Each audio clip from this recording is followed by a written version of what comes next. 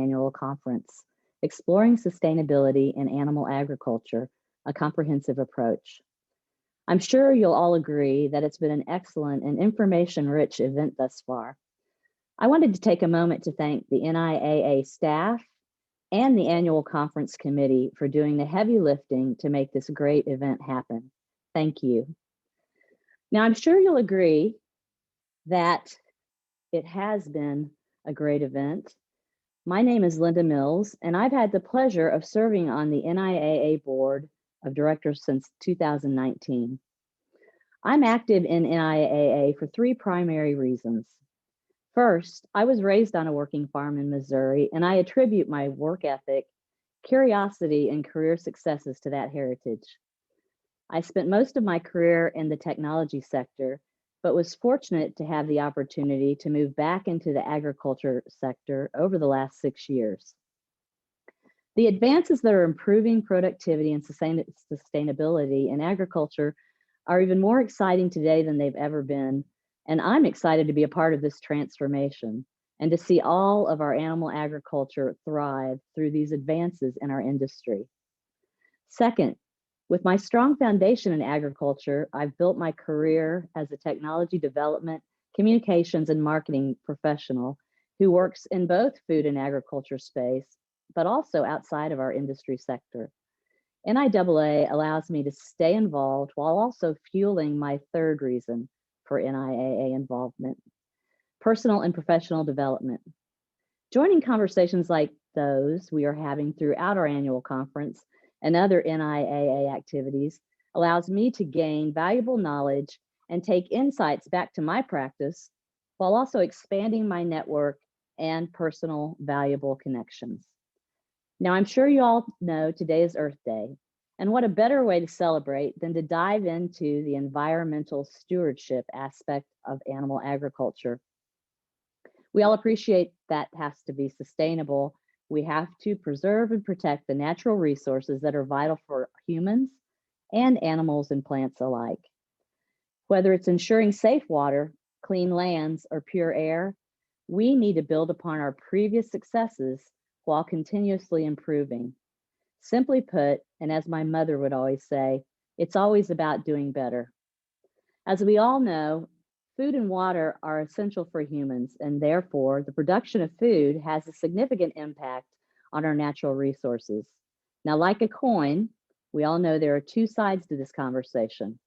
Unfortunately, some practices may be more or only extractive, but as we continuously learn and apply new knowledge to the production of food, we find ways to minimize our impact on natural resources. And in some cases, ways to more positively impact land, water, and air quality. Today's great lineup of speakers are going to guide us through a conversation about animal agriculture's role in environmental stewardship. We will celebrate successes, identify areas for improvement, and also explore areas for potential collaboration. Kicking off today's conversation is Ernie Shea. You can read Ernie's full bio in your program, but I believe the organization he represents says it all: Solutions from the Land. Let's turn it over to Ernie to hear what he has to share with us. Ernie?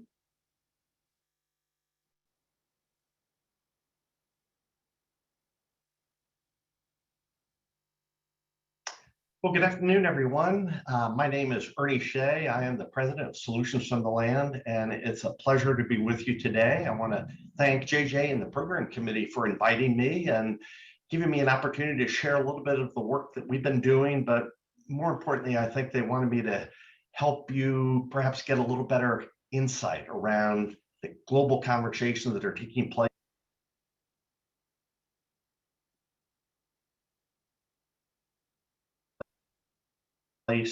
around the future of the food system, and in particular where animal agriculture fits into these big conversations. So what I thought I would do is start with just a little quick orientation to our organization, Solutions from the Land. We are a 501c3 farmer, rancher, forester-led not-for-profit. We've been around since about 2004. We formally incorporated about 7 or 8 years ago, but we have been really on a mission to help the world develop a better appreciation for agriculture. And the framing is land-based solutions to global challenges. We have been working very hard to help redefine almost the definition of agriculture from a sector that produces food, feed, and fiber, and now fuel, to a sector that does much more than that. We also filter and store water. We enhance biodiversity. We sink carbon. We provide habitat for wildlife. We're doing so many things that farmers are not compensated for, and the terminology today is the delivery of ecosystem services. So we're trying to reframe the conversation around the world about what agriculture is and does. And we're doing it through our engagement in a number of UN platforms like the Climate Convention. We're very active at FAO in Rome. We're now becoming quite involved in the Global Food System Summit. So there's a whole variety of global platforms where the future of agriculture is being discussed, and our farmer leaders are showing up, trying to shape these conversations and outcomes. We're also active here in the United States in the form of supporting the North American Climate Smart Agriculture Alliance, which is a group of 70 plus organizations that are trying to advance recommendations for how agriculture can become more resilient and simultaneously deliver high value mitigation services. And I think some of our most exciting work is being undertaken at the state level, where we help farmer, rancher, livestock operator, forest owner, leaders come together and vision and think about the future of agriculture and develop roadmaps to get there. We've been active on the Delmarva Peninsula in Ohio, North Carolina, Missouri, Iowa, and Florida are our two most recent pilot states. And it's really exciting to see the leadership coming out of these teams and articulating the more complete vision and description of all that agriculture is about and does. So what are these global challenges that everybody's focused on and trying to manage through? Well, there's a bunch of them. Some are quite familiar to all of us, like population growth. We're in a glide path to be at 10 billion people by the year 2050. And all of these people are going to want to enjoy the same livelihoods that we do. They're going to want to have high quality of life, diverse diets, a respectable income. They want a clean environment. And getting those outcomes is a massive undertaking when the population is growing as fast as it is. At the same time, we're dealing with the loss of productive farmland and loss of natural habitat. So we've got to be cognizant of the fact of growing the footprint of agriculture into environmentally sensitive areas is probably not a smart thing. So we need to be trying to figure out how to do more with less. We're dealing with increasing evidence of extreme weather and severe extremes. Take the derecho that roared across the Midwest last summer as an example. And that's just one indicator of the types of changes that we're seeing in the form of precipitation events, temperature variations over short periods of time, fall, springs. There's a lot of stuff going on here. And another big challenge that we're trying to figure out how to manage is the global loss of biodiversity. And clearly, climate change is a multiplier of a lot of these threats and challenges. And by now, it's pretty clear that the evidence is here that the climate is changing. We don't even need to debate what's causing it, but we're dealing with conditions now that are making it more difficult for farmers, ranchers, livestock operators to perform and deliver successfully and remain economically viable. And these challenges are unfortunately increasing. And if that weren't enough, COVID-19 comes along, and we're suddenly reawakened to the fact that global pandemics are still a real threat. They're with us today, and they compromise food and nutrition security.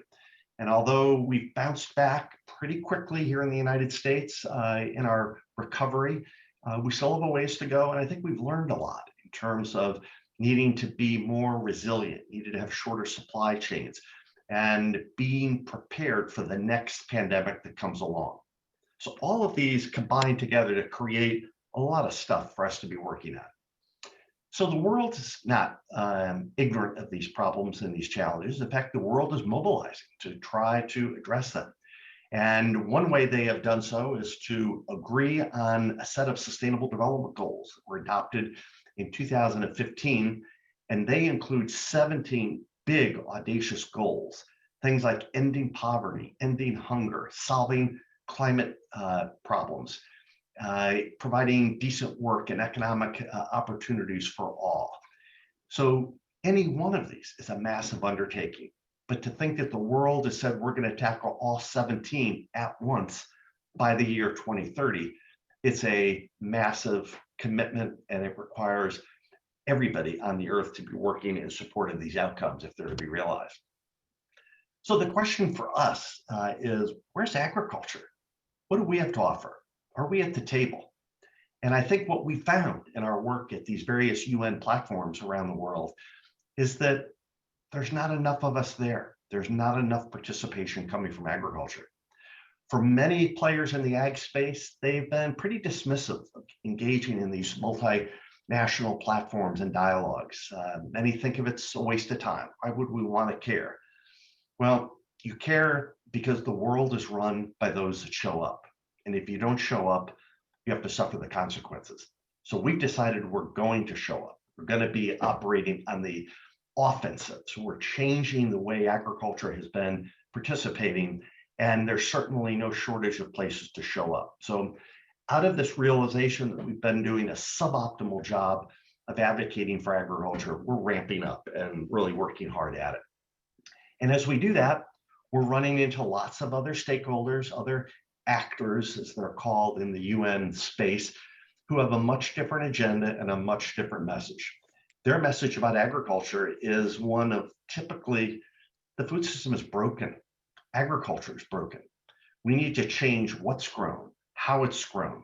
We need to be shrinking the industrial production of livestock. I hear that often in most of the forums that I participate in. We need to be changing diets. We need to be using public policy to dissuade people from consuming animal protein, as an example.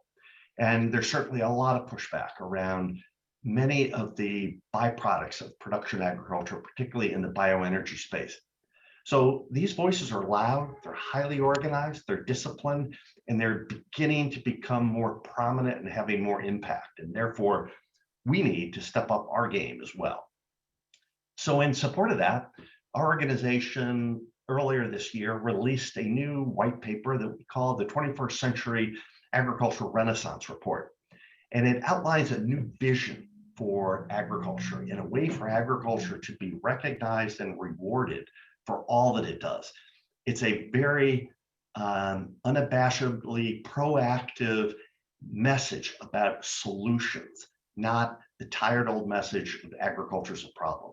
We're driving success and opportunities from agriculture through this report. Our vision statement was crafted by our farmer, rancher, livestock operator leaders to very intentionally talk about the renaissance that we are now going through yet again. This isn't the first agricultural renaissance, but it's the next wave. We've gone through all types of evolutions over the course of millennium, and now we're poised for yet another renaissance, particularly as it relates to the role of natural systems and biology in delivering solutions.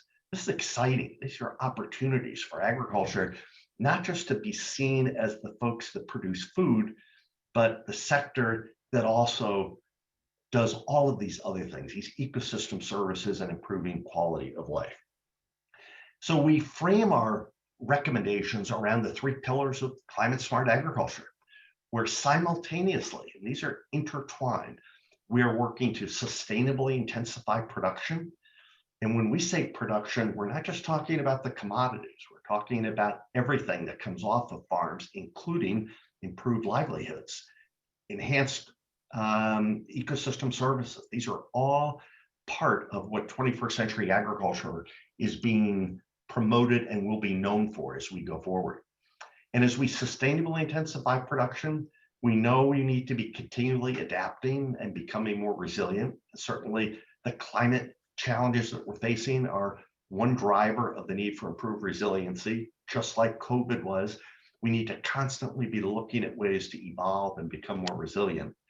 And the third strategic platform about climate smart agriculture is, while we're doing those things, the co-benefit of us delivering something else the world needs is really exciting, and that's reduced greenhouse gas emission reductions. The world is heading towards a different place. The countries of the world have said we're going to commit and migrate to a low carbon economy.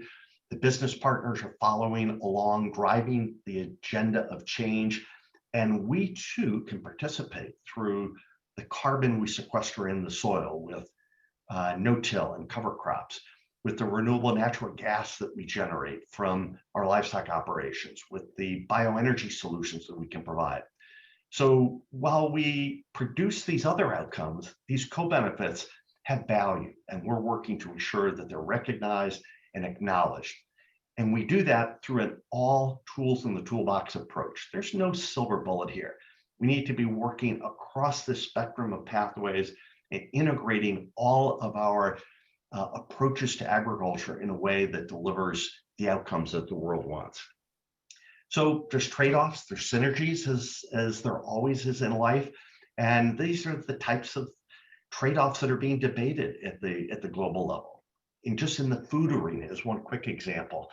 Those that are arguing for a lower reliance on animal protein are driving a conversation about lower livestock numbers. But there's another side of that coin, and that is lower protein availability. And that's just one example of the trade-offs that are going on as we engage in these conversations at these various forums and advocate for the future of agriculture, and in particular, the future of animal agriculture. So let me just stop and give you one spotlight example of where this debate is raging, and that's within the Food System Summit. And your organization and Solutions from the Land teamed up a couple of weeks ago to host a domestic dialogue of producers of food around what do we think ought to be done to transform the food system. And JJ, I really appreciate your support on that. It was a great event, and it's one of many that we need to be doing to shape this agenda. But the UN has decided that it's time for a big global conversation about the future of food. They have not had a food system summit for 25 years. So this September in New York, the countries of the world, the value chain, the NGOs, civil society groups that work with the UN system will be convening to map out a roadmap for the future of food systems. And what we are very concerned about is the fact that the voice of the people that produce the food, the farmers, the ranchers, the livestock operators, are not as predominant in this discussion as they need to be. So we're working to introduce our world to theirs through various exercises and initiatives. And who else but farmers and ranchers? We're the ones that are doing the work, incurring the risks, the investments. We're producing the food that the world expects with little understanding of what goes into producing it.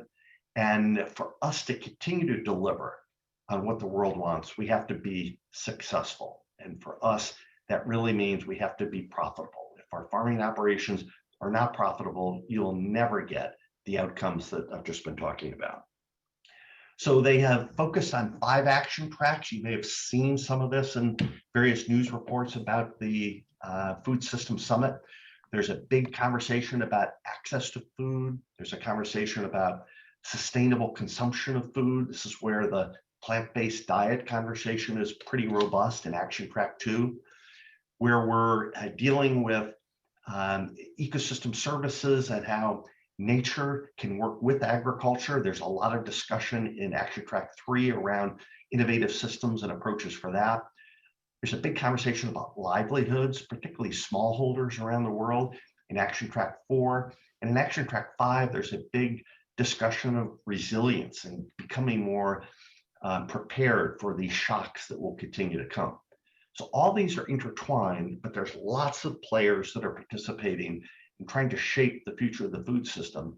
And some of their recommendations are very much the polar opposite of what we're advocating for. So within this Food Systems Summit debate, just like in the Climate Convention, there are actors that are showing up saying that we need to redirect the world's animal agriculture production. We've got to be transitioning to plant-based diets. We need nutrition and eco-labeling to force companies to promote these alternative protein diets. There are platforms that are advocating taxes on unhealthy foods, whatever that is, and taxes on more carbon-intensive foods. And there's a very loud voice for agroecology and other innovative approaches, almost as a silver bullet approach. So we're there saying something quite different. We're talking about all tools in the toolbox, systems that are climate smart. So we're promoting livestock and animal agriculture as a platform for delivering food, renewable natural gas, and other benefits that support a healthy environment. Animals are the solution, not the problem. And when it comes to climate change, we can talk about soil carbon sequestration and the role of grazing systems in sequestering carbon, and animals consuming the grass and being part of the carbon cycle are contributing valuable soil conservation and soil carbon sequestration solutions to the world. There's a lot of interest, and you know this as much or better than I do, I'm sure, about opportunities for renewable natural gas production. And this is exciting because here's a way to produce not just animal protein, but a new revenue stream in the form of a clean energy fuel that can displace fossil fuels and deliver a greenhouse gas benefit. So it's a win-win on many fronts. So our guiding principles that we've been driving, I think, are things that you embrace as well. In fact, I'm sure you do. We need to be context specific. No two farms are exactly alike. No two agricultural landscapes are exactly alike. And we need to recognize that and therefore be flexibility. We continually promote that profitability has got to be part of this conversation, because if our farming operations are not profitable, you won't get the outcomes. And we've talked about uncommon collaboration, where the old way of just having governments establish regulations or policies or mandates isn't working. We need to find platforms where we all collaborate, forge consensus, and move forward together. But no matter what table you set, if farmers and ranchers are not at the center of the conversation, we're not going to get the outcomes we want. I go to so many meetings where there are dozens of people around tables talking about agriculture, or talking about farmers, and there are very few farmers in the room. So that's what we're about. We're trying to put the farmers back in the center of these discussions so we can shape the decisions and the outcomes. So I know we don't have much more time, and I'm anxious to get into the question and answer discussion section with you, but there's a process that you go through where you think about your current state and you do an honest assessment of that current state, and you celebrate what's working well, but you acknowledge what's not working well, and you think about ways to further improve and overcome unintended consequences of systems that we have in place today. We then typically help our teams, whether at the global, national, or state level, do some future thinking about how we could actually be increasing our value by delivering solutions to these sustainable development goals. And then we go through an iterative process of putting ideas on the table, forging consensus, building action plans, and then sharing them with decision makers, whether they're global decision makers within the UN, policymakers in Washington, governors at the state level, business executives that are developing new business models. Everybody has a role to play. And if we can keep farmers at the center and enable farmers, ranchers, and livestock operators to really be enabled and valued and compensated through incentives for all that they can deliver, we're going to get to a better place. So I hope those thoughts were helpful. We have a long way to go in these conversations. I invite you to join us and help us continue to demonstrate solutions that agriculture can deliver to global challenges. Thank you, JJ, and I'll look forward to the discussion that follows. Thank you, Ernie.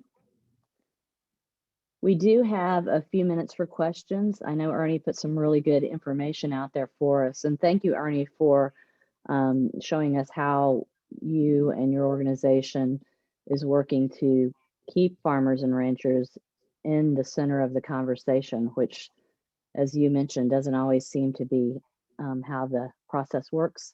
But thank you for that, and thank you for sharing your information. So again, if anyone has questions, we have a question that came in now from Lucas Pantalon. That is, could you give a successful example when animal agriculture sat at the table and was able to shape a conversation? Sure. Well, thank you, Linda. It's great to be here. And I really appreciate your focus on this topic today. You know, when I talk about agriculture not being as engaged as they should be, that doesn't mean that they aren't there. And I think the animal agriculture industry has been doing some great work, particularly in the climate convention, where we're looking at ways to reduce the emissions from animal agriculture to help deliver greenhouse gas solutions. And the work of groups like the Global Dairy Platform have been very positive and proactive in helping to shape the discussions and the decisions. The Roundtable on Sustainable Beef is another where partners are coming together and beginning to show up.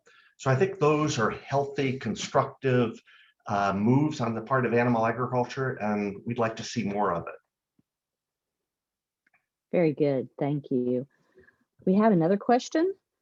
Is it difficult to find farmers willing to dedicate time to this instead of to their farming operations? You know, that's a great question. And the answer is no. What we found is a large cadre of agricultural producers who feel it's time to step up and show up. We've been taking teams of farmers and ranchers, livestock operators to the climate conventions that are held annually for the last couple of years.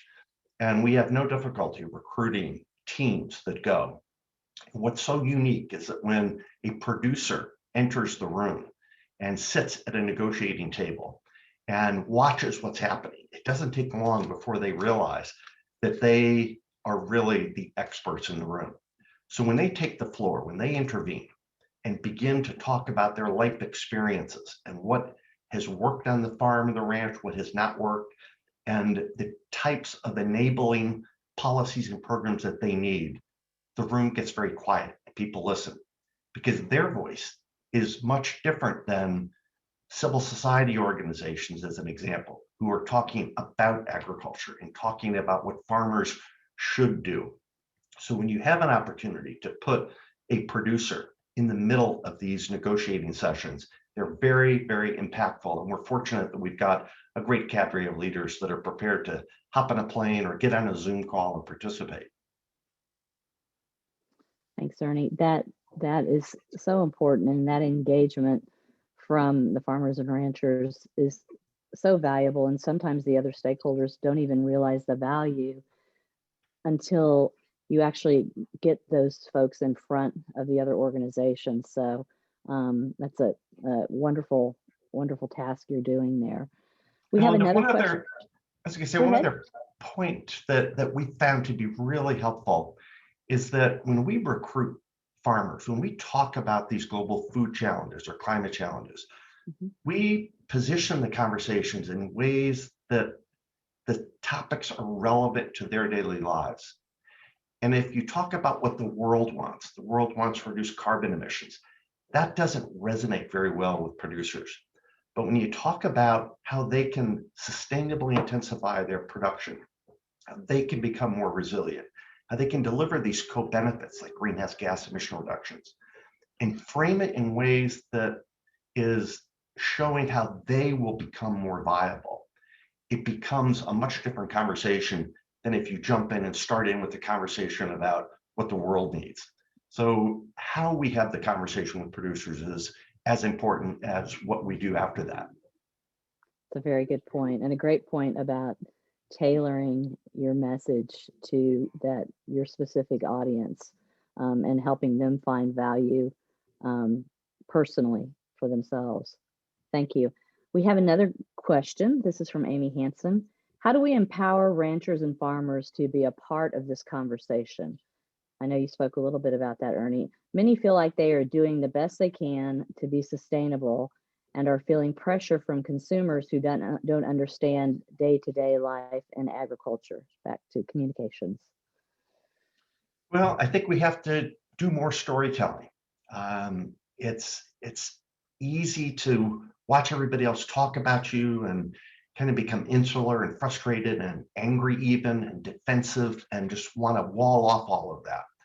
But my experience over the course of my career working in the agriculture area is that we're most impactful in affecting change when we go on the offensive, when we show up, when we tell our stories, when we share what works and what doesn't, as I said a few minutes ago.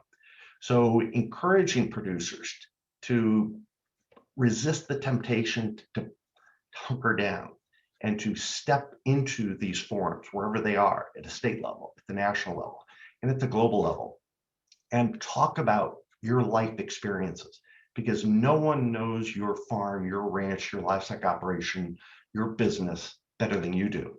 So I said earlier, the world is run by those that show up. And when we show up, when farmers are at the forefront of these discussions, when ranchers, when livestock operators are the ones that are the ambassadors that are communicating what's needed and what works and what doesn't, it really resonates and it's powerful and it's impactful. And that's what we found to be so successful in our engagements within the climate convention, within FAO and the debates that are going on. Even this morning, I was involved in a 3-hour FAO negotiating session on agroecology and other innovative approaches. And when the farmer voice was able to enter the room, it became a different conversation because they are the real deal. They know what works and what doesn't. Mm-hmm. They're the experts. We have another question, and a very good one. How is this work funded? Wow, that's a great question. And we receive most of our funds from foundations that believe in a better future, that have started to pay attention of the role of agriculture as a solution platform rather than a problem child. So we're fortunate to have been supported by groups like the UN Foundation, the Rockefeller Brothers Foundation, the Turner Foundation. There's any number of foundations across the country that really are looking for a new way forward. And they're really captivated by this idea of agriculture delivering solutions. And that message is not typically what you hear, because some of our other actors that we deal with are talking about agriculture as a problem, and that gets tired after a while. So when we show up with our foundation partners, with our business partners, and begin to show up and speak up, it makes a difference. So we are a very lean organization. We operate on fumes as a budget, and we're always looking for funding partners that can help us bring more producers to the forefront and share their experiences. So thank you for that question. Very good. Do we have any other questions? Ernie, I will commend you on staying actually ahead of our schedule. So we have a little bit of extra time. So if anybody else has questions, feel free to ask. Otherwise, we'll move forward. Lynn, as you're waiting for other questions to come in, I think there's another point that I would want to throw out there, and that's that we need to be smart about how we engage. We don't want to be running around over-promising, because you'll quickly find yourself labeled as a greenwasher. And we have to be credible. We have to be science-based. We have to be patient. We have to listen and respond. But I think when we do those things, when we operate strategically, when we present facts, when we demonstrate the multiple benefits that can accrue when we operate, not just managing in a silo here and a silo there, but when we talk about how we're managing the landscape to deliver food security improvements, nutrition improvements, health improvements, climate improvements, water quality improvements, and you talk about how complex these systems are, and then share the experiences of agriculture as a natural biological system and how we can be working together if we have the right enabling policies and the right investments. So I would caution us as we go down this road of delivering solutions to sustainable development goals to go in it with eyes wide open, willingness to listen and learn, but also some humility and to resist the temptation to overpromise, because I think that'll come back and probably work at cross purposes. The more humble we can be, the more participatory we can be, the more successful we're going to be. That's a really good point. Very good point, Ernie. I appreciate that. And I think we have no other open questions. We had great questions, but with that, I think we'll wrap up this conversation. And again, thank you, Ernie, so much. I'll just remind everyone that this will be available via recording if you are interested in listening to it once again. But Ernie, thank you for your time. Thank you for your dedication to this endeavor, and we look forward to speaking with you again. Thank you, folks, and thank you for being such great partners. We really enjoy working with NIAA. It's our pleasure. Now, moving on, at the heart of NIAA's mission is convening of the depth and breadth of animal agriculture leaders. And our next conversation absolutely exemplifies this to a T. Leading a conversation amongst species initiatives and roundtables is Dr. Kim Stackhouse Lawson with Colorado State University. Joining her are Nicole Hoffman-Johnson, OSI Europe, David Darr, Dairy Farmers of America, Dr. Sarah Crawford, National Pork Board, Ryan Bennett, U.S. Roundtable for Sustainable Poultry and Eggs and the International Poultry Welfare Alliance, also Pat O'Toole from Ladder Ranch, Bill Demento from Highliner Foods. Thank you all for being here and thank you for participating. I'll hand it over to Kim. Wonderful. Thank you, Linda. And I'm very happy to be here to introduce the environmental panel conversation where we will be discussing the power of species roundtable. So our first presenter today will be Dr. Nicole Johnson Hoffman. Nicole is a wonderful friend of mine, and she is going to take 10 minutes to introduce herself and the initiative she'll be discussing today. And then we'll take a brief pause for any kind of short questions for Nicole, and then we'll move on to David Darr. So Nicole, thank you for being with us. Thanks very much, Kim. It's great to see you, and it's great to be with NIAA today and all of our friends. There's so many folks on this panel and who are attending today that have been partners and friends of mine for many years. And it makes me grateful to work in an industry where we really do work together for the betterment of not only our industry, but our world. And I think one of the neatest things that I've ever seen our industry participate in is the Global Roundtable for Sustainable Beef, which is an organization that I've been part of since it started. About 10 years ago, the Global Roundtable for Sustainable Beef was formed by some different groups of folks who were concerned about the increasing demands on agriculture that were not aligned, weren't always based in science or full understanding of the consequences, and were causing real problems for people on farms and for people in supply chains as different, let's say, retailers or brands were demanding certain KPIs or certain practices, and then others would demand contradictory practices.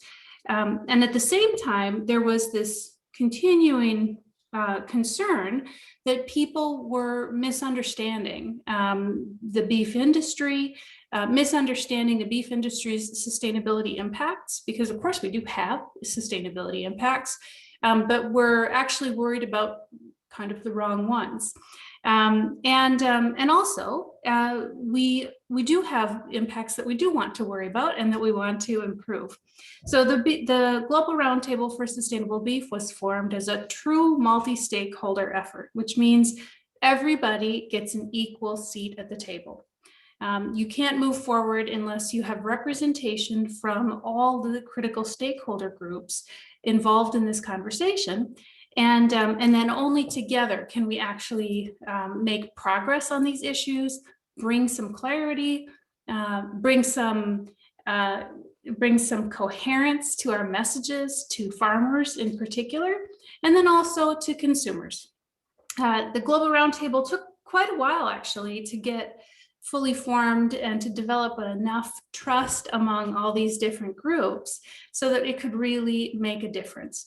And we spent a number of years trying to decide, what do we even mean when we talk about sustainable beef? And then we talked a lot about what our role as a global body would be in an industry that isn't practiced globally.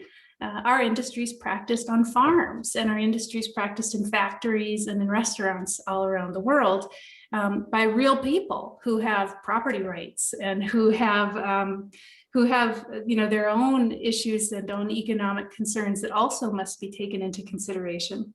So the Global Roundtable was successful in creating this concept of a network.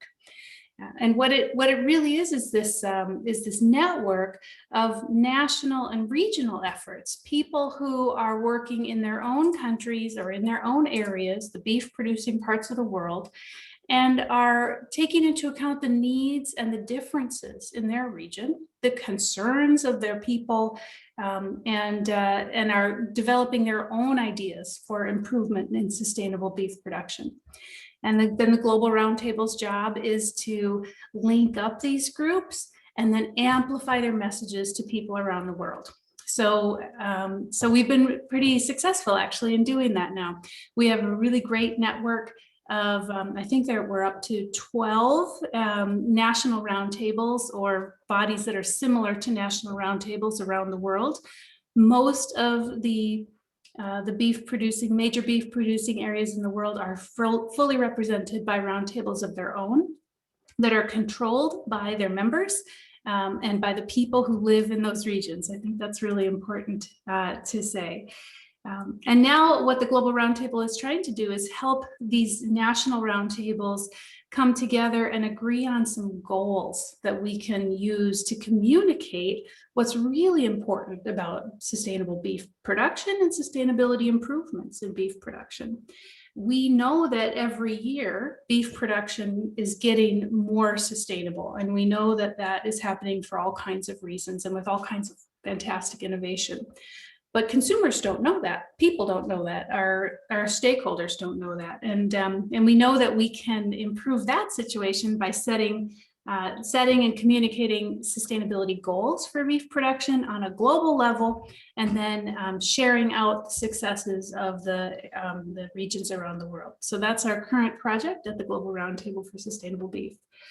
It's been a real pleasure for me to work on this effort. As I told you at the beginning, I've been working on it in one way or another for 10 years, which is actually how I know many of you and how we've spent so much good time together over the years. I am the past president of the Global Roundtable, and I've also worked in the US Roundtable for Sustainable Beef, because of course, as you can tell, I'm an American too. Interestingly, at the moment, I'm talking to you from my new home in Munich, Germany, and I can promise you that there's quite a lot of sustainability work that needs to be done here, and it's actually being done quite differently than the work in the US, which is appropriate and correct, and is something that we really like to see. So with that, I'll close out my initial remarks, and I'll be pleased to take questions. Thank you, Nicole. Great job. I have a question for you. So in the roundtable space, more broadly, I mean, I think it's GRSB, USRSB, you name it. The biggest criticism that we hear is the time it takes for these roundtables to get the work done. And you referenced that in your remarks. What would your response be to that criticism? I think that it's true. I mean, it really does take quite a long time to try to bring together people with totally diverse viewpoints and diverse knowledge about what's going on with beef sustainability and try to come to some agreements about what ought to be done and what can be done. But the alternative is not better. So what we have seen fail over and over again is where individual brands or individual non-governmental organizations decide that they are going to dictate KPIs, or they're going to dictate practices, or they're going to dictate terms to farmers around the world. And one of the things that I love very, very much about the American beef producer is that they will not be dictated to. Thank you very much. And if you would like to talk with them about the work that they do and really listen and understand, then you'll be given an opportunity to have your say as well. But it's going to be a conversation. And so we've seen those who think they're going to go fast by going alone come to regret that. Those efforts generally flounder, generally don't produce results. So we like the results that we're getting with this kind of an effort. And more than that, we like the respect that it pays to the people who are really putting it all on the line. Wonderful. Thank you. Thank you, Nicole. With that, we will shift to David Darr. David, are you with us? Could you switch on your camera? Yeah, I think I'm here. Can you hear me? Wonderful. I can hear you. Wonderful. Great. So I'll shift over to David. David's going to take a moment and introduce himself and then introduce his initiative. Thank you very much, David, for being here with us. Great. Well, it's great to be with everybody today, and I'm very excited. So JJ, I can control the screen from my, okay, cool. Sorry about that. Great to be with everybody today and be able to share an update and present in the area of sustainability on Earth Day. It's a special day for all of us, and a really a day to get to acknowledge and celebrate the great work of agriculture here in the United States and in many ways around the world. I'll take just a few minutes to provide some updates as it relates to the dairy industry and our work in sustainability. I guess technically I'm not a member of a roundtable per se, but the dairy industry has been engaged in collaborative and pre-competitive work in sustainability for a number of years.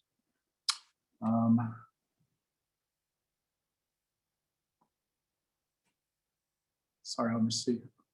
You're good. Click on the screen, and then you should be able to, with your mouse, move the slides. At least I could yesterday.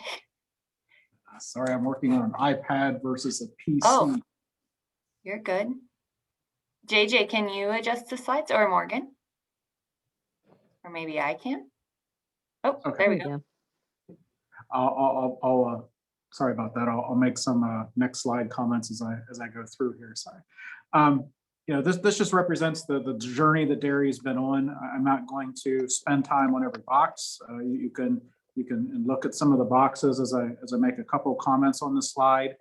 Really, the most important thing worth highlighting is just the fact that the broader dairy industry got started in the work and on their environmental and sustainability journey back in 2007.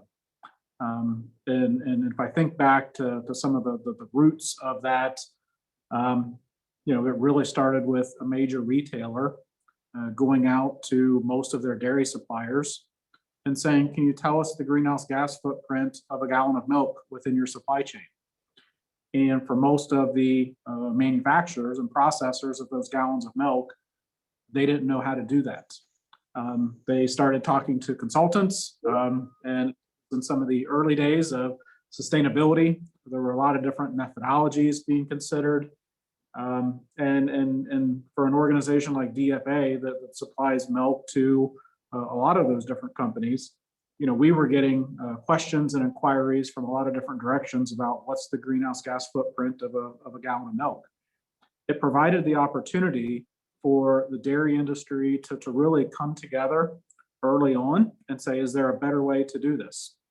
Can we, as an industry, starting with farmers and working the way throughout the industry, come together in terms of methodology, in terms of understanding of opportunities around sustainability, and be able to collaborate in a proactive way to address some of those needs. That culminated in some of the work that would be noted in here that includes having peer-reviewed life cycle assessments of certain dairy products, establishment of goals for our industry, collaboration with USDA and others, launching of entities to be able to help, particularly the farmer side, and in terms of technology assessments and advancement in the area of manure management, and in supporting the processor side through tools and resources there as well. But as I said, the most important part was us getting started, getting all of the collective industry voices to the table, and agreeing early on that this was going to be something we would work on. It was going to be something we were going to work on collaboratively, and we were going to be proactive in some of our approaches on sustainability. If we go to the next slide and what this work looks like today, we have dozens to approaching 100 different organizations, and also having dozens of individual farms who are at the table through this Dairy Sustainability Alliance.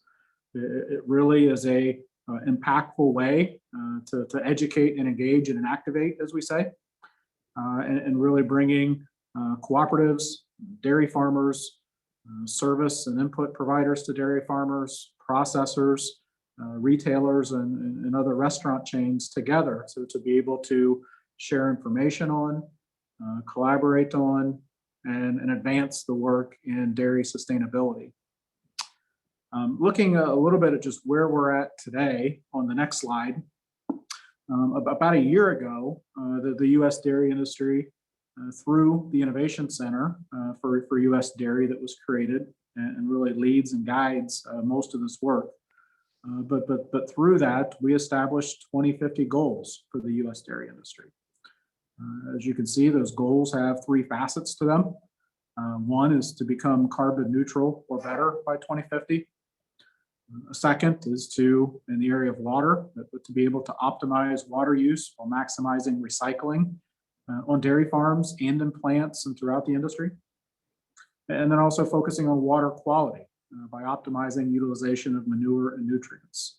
And you can see those strategies obviously apply from field to farm, where the majority of our environmental footprint would be, as with any kind of manufacturing or agricultural supply chain, but also include, and there's engagement within processors and processor working groups to be able to see how dairy manufacturing plants across the country can also be very engaged and active in this process.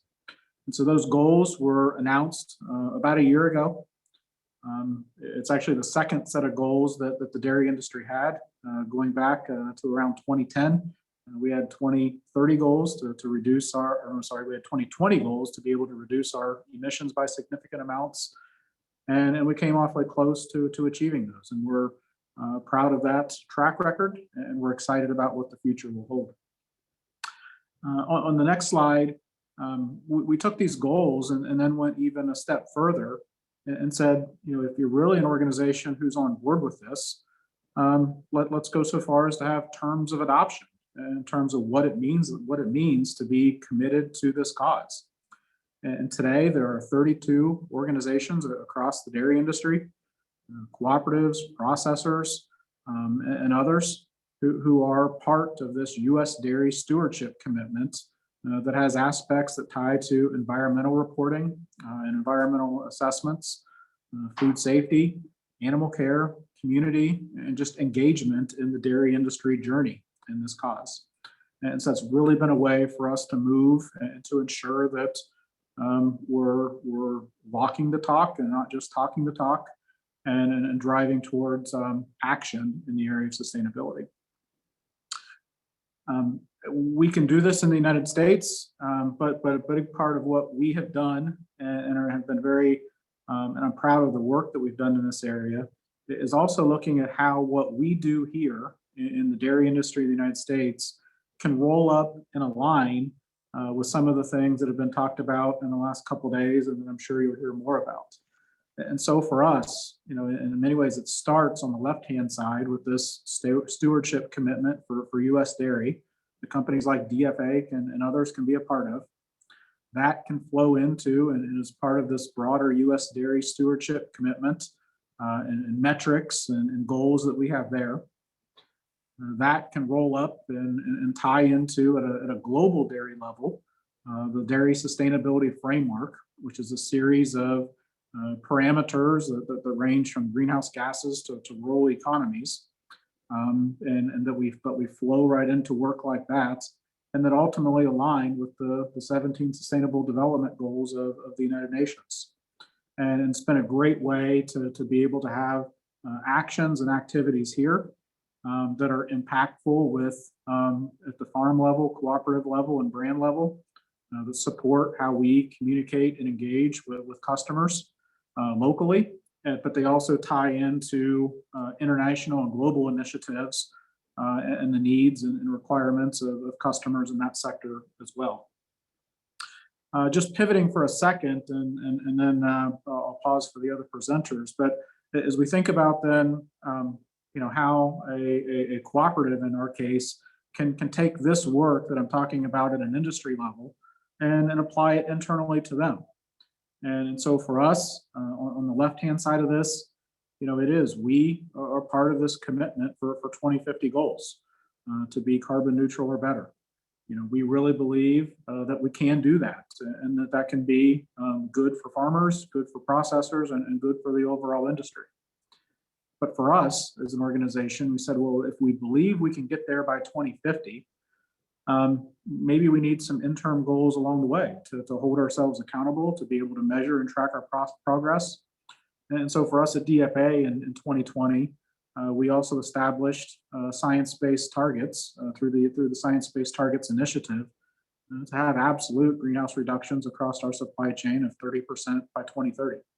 And so for us, that was a little bit scarier process to go through, as it's now less than 10 years out. But it was also important for us that if we believe what we say we can do in 2050, to have some interim markers along the way to make sure we're driving the actions and initiatives to be able to get there.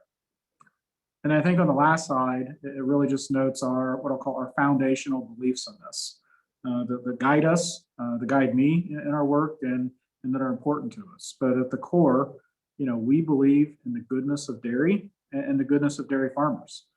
The work that they're doing in their communities, the work that they're doing for caring for animals, the work that they're doing to be stewards of the environment. And we believe that through that goodness, the dairy farms are part of environmental solutions and what they can do in terms of renewable energy production, energy conservation, carbon sequestration in soil, and other ways that the dairy farms can be environmental solutions. And that when we're proactive in this area and forward looking in this area, we believe that sustainability can be beneficial, not only in terms of how we market products and how we achieve environmental goals, but also economically for our businesses and for all the participants in the supply chain. So with that, Kim, we'll wrap up my comments and we'll welcome any questions now or whenever the appropriate time is. So. Great, thank you. Wonderful job. We're going to go ahead and start with a question that we received from Samantha. She says, there was mention on an earlier session about the increasing number of beef and dairy animals entering the beef supply chain. Where do you see that fitting in with the U.S. dairy goals? Is that something already identified as an important area?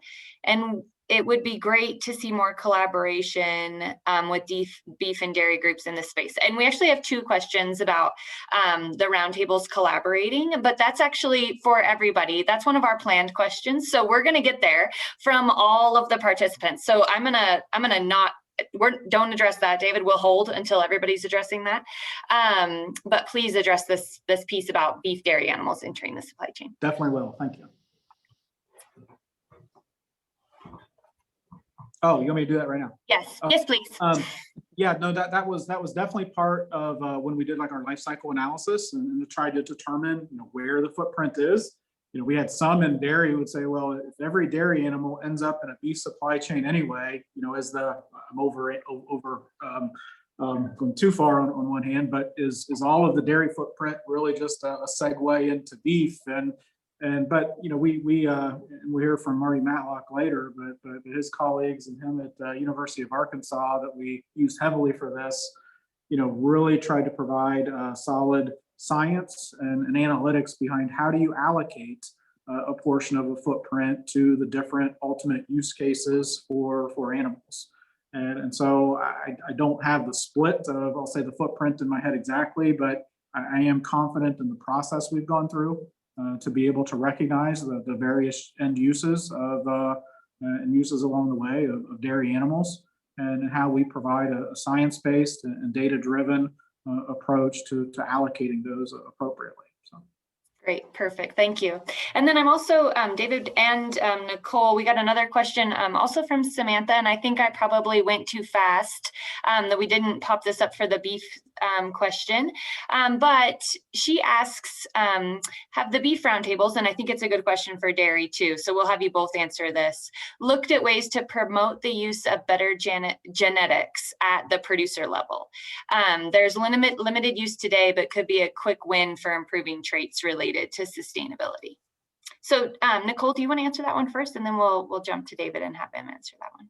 You bet. Perfect. I agree with you, Samantha. I think there really is a lot of untapped potential for sustainability improvements in our industry through improved genetics, and we can help get there by promoting uptake of improved genetics. One of the ways that the Global Roundtable does that is by holding a global conference on sustainable beef every 2 years that convenes all of our members, but is open to anyone who wants to come and talk about beef sustainability. And then at that conference, we give people an opportunity to present information about solutions that they have. And we've used those conferences to connect people with solutions to people who want them.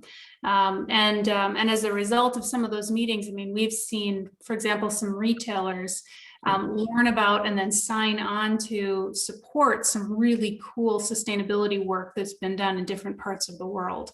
I love to see that happen, because that's, of course, what we exist for, right? Is to amplify the messages and get the word out there, and then hook people up with the folks who might want to fund some of this activity and make it happen. And then also, you know, some of them would like to take a little credit for it publicly too, and that's all right. I'll let David talk about how that works in dairy. Well, genetics have been a very significant part of how dairy has really made improvements in our environmental footprint so far. And with every generation of animals, and whether it's on reproduction and the ability of animals to reproduce, whether it's in the area of nutrition, whether it's in the area of just feet and legs and sturdiness of animals, you know, every generation of animals that gets better helps make the animals more efficient in what they do, helps contribute to better conversion of feed into milk in a more efficient manner, and helps reduce the overall footprint that we have. And so genetics have been a very significant part, and continue to be, in how we achieve our goals. Wonderful. Thank you both. And thank you, Nicole, for getting back on so that we could wrap up this wonderful beef and dairy session. And so nice that we could have those species back to back so that we could have the large ruminants together. With that, I'd like to pivot to Dr. Sarah Crawford, who will be providing us an introduction of herself and also an update on where the National Pork Board is on this wonderful topic of sustainability. Thank you, Sarah. Hi, can you hear me, Kim? I can. You sound great. Loud and clear. Perfect. All right, great. And let's see if I can advance the slides. All right. Whoops, yeah, too fast, actually. Okay. Well, thank you to NIAA and to the sponsors for hosting me and this panel today. I'm happy to be here with this esteemed panel of my colleagues, fittingly on Earth Day today. So excited to be here to discuss this. Today, I'm going to talk about how our principles, practices, and proof for the swine industry continue to build consumer trust. And so as we think about our pork producers, where have we been? This is Brad Greenway, one of our pork producers from South Dakota.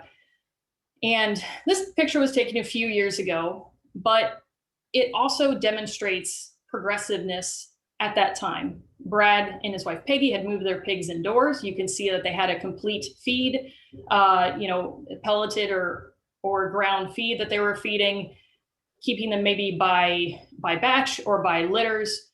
And so even at that point, Brad and Peggy Greenway were looking into continuous improvement. How can they continue to move forward and be progressive? But that's where we've been.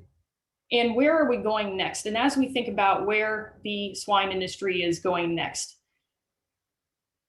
we know that we need to have a good business case. We know that the US pork industry's future success will require minimizing risk of negative influences, increasing trust and confidence in what we do and how we do it, which will help grow demand for US pork both here and abroad. The National Pork Board has completed extensive consumer research to better understand what consumers want and also what are their barriers to purchase. How can we help them feel comfortable in purchasing pork and knowing that when they go to the meat case, they can feel confident and comfortable picking up that pork and feeding it to their family. And I think Dr. Stackhouse Lawson mentioned that yesterday in her discussion about consumers at the meat case as well. But we definitely keep that in mind. And with that, thinking about where we've been and where we're going, our We Care ethical principles are at the center of that. On this slide, you see our six We Care ethical principles that were codified 14 years ago in conjunction with the National Pork Producers Council. I'm really proud of our industry for putting these down on paper and putting them into writing. And our pork producers really know what these are. And I'll talk to you more about in the where we're going portion about how we're utilizing these moving forward to help the public better understand what our pork producers are doing every day on farm. This is a shared commitment across the swine industry, with the National Pork Board as the pork checkoff on the top left, the National Pork Producers Council and our state pork associations or state organizations. We all are committed to our swine industry and to our customers, but really around those We Care ethical principles. So those have been really strong for us, and it really helps guide everything that we do. I mentioned earlier about building consumer trust. We know that this is a key. At the National Pork Board, we are consumer focused and producer led. So we want to focus on that consumer and how we can make sure that we're serving them, but also serving our producers and being led by our producers. We have our principles, those We Care ethical principles I showed you. We know we have our practices, and I'm going to talk to you more about those. And we also then, let's show those proof points. Let's show that we have our principles and our practices are working. The principles, practices, plus the proof will equal that public trust that we desire. And we know that public trust is not an endpoint. It's something that's cyclical. We have to retain that public trust consistently and constantly. So that's something where that's why these are in circles with the arrows. We know this is not just a destination point, it continues. And so as we think about that, I'd like to talk to you with a few examples of our practices. We have quality assurance leadership, efficiency gains, and environmental measures. Pork Quality Assurance Plus has been around since the 1990s. This program, certification program, is widely adopted in the swine industry. All the major packers have utilized it for the pork in which they buy. Also, transport quality assurance, it is required for every truck that goes on to major packing plants in the United States. We were just talking about efficiency gains with dairy and beef. Similarly, with pork, it's really important that we have embraced technologies and use those also better management practices to be more efficient in production overall. And finally, environmental measures, using less natural resources while protecting air, soil, and water quality. That's very critical to our pig farmers, and a great percentage of our pig farmers are also row crop farmers. And so it's good for them to make sure that they have this holistic viewpoint of these environmental measures and how they protect those natural resources while producing the pigs in their barns. What about our proof points? And again, you saw these yesterday with Dr. Stackhouse Lawson showing you these examples, but we've seen our decrease in land and water use, and our carbon footprint has decreased, and our energy use has decreased. Now we know in the swine industry in the United States, we're only about 0.33% of the carbon emissions, but we still want to do better as we're looking at our environmental sustainability. And that's what I'm focused on more here. We want to continue to improve. How can we get better? How can we get to neutral or better? So that's really a focus. But these proof points show that our principles and our practices have been paying off in the where we've been portion. And I'm really proud of our pig farmers for doing that, and also working in conjunction with the row crop farmers, or the grain farmers of our corn and soybeans. So where are we going? I talked with you about where we've been. We've seen some of the great proof points that we've had, but where are we going? As we look at the two young ladies in this photo, we want to make sure that we are sustainable so that they can farm in the future. And yes, environmental sustainability is important, but in the pork industry, we're also focused on the social sustainability and economic sustainability. We need to look at all parts of sustainability moving forward so that we can pass these great farms on to the next generations to come. So in the swine industry at the National Pork Board, what we've been doing lately and moving forward, we're engaged in pilot projects collecting environmental sustainability metrics and looking at those and aggregating them up to better understand what we're seeing and really show producers we can gather this data, we can help you gather this data, and then start to get a baseline and better understand what we're seeing out there. And this is across multiple states and multiple regions. So it's very helpful to give us a good snapshot of what we're seeing. Also thinking about sustainability, traceability and tracking. We've completed a traceability project where we took a production attribute and traced it all the way from a farm all the way through to a restaurant. That's a big step for us in the swine industry, because we can say, yep, this product at a restaurant that you're eating, we can trace it all the way back to a farm. So we're excited to see how that then can pair with these sustainability attributes and help our farmers and help the supply chain better understand what's going on and how we can look at product across the entire supply chain. Also, more recently in March, we've been working with our board of directors on sustainability goals and metrics. We want one of these to be definable and attainable for our producers. And we heard Ernie saying earlier, we need to make sure producers are at the center of that discussion. And that's what we've done at the National Pork Board. So worked with our producers to create these goals and metrics. And that's using the We Care ethical principles, those 6 principles that you saw, to determine what those goals and metrics are.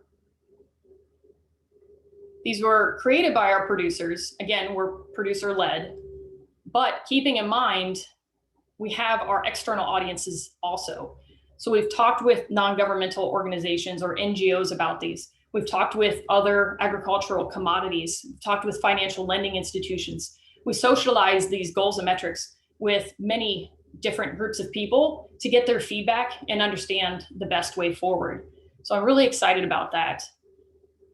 And as we think about our goals and metrics, they also ladder up similar to what David was mentioning to the UN Sustainable Development Goals. Each goal and metric, each goal ladders up to at least one UN SDG, and possibly more, but at least one, because we know we're a global protein. Pork is the most widely consumed meat in the world. And so we know that we export a lot of places, and we want to make sure that people across the world feel confident in eating pork. And as we're looking at these goals and metrics, we know, again, we've shown those proof points in the past. I showed those with the arrows of showing our decreases.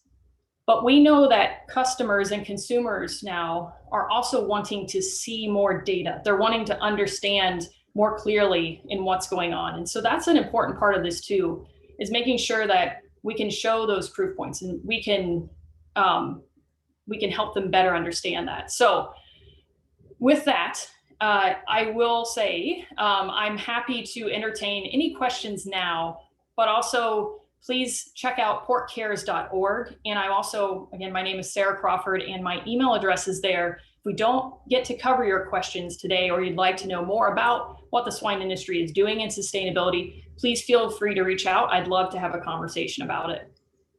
Thanks, Kim, back to you. Thank you, Sarah. Great job. We'll give everybody a little bit of time to get some questions, and if they have them. I have a question for you, and if David is interested in responding, that's great also. I am really impressed that pork and dairy have aligned both of their initiatives to, and actually, David, it might just be DFA's initiatives to the UN Sustainable Development Goals, because there is, oftentimes we'll hear from producers that sort of connection from a more industry perspective might make them nervous, right? They might not have trust in the UN for a variety of different reasons. Sarah, how have you guys navigated that at Pork? Or maybe you haven't experienced that sort of pushback, but just wanted you to kind of discuss that with us.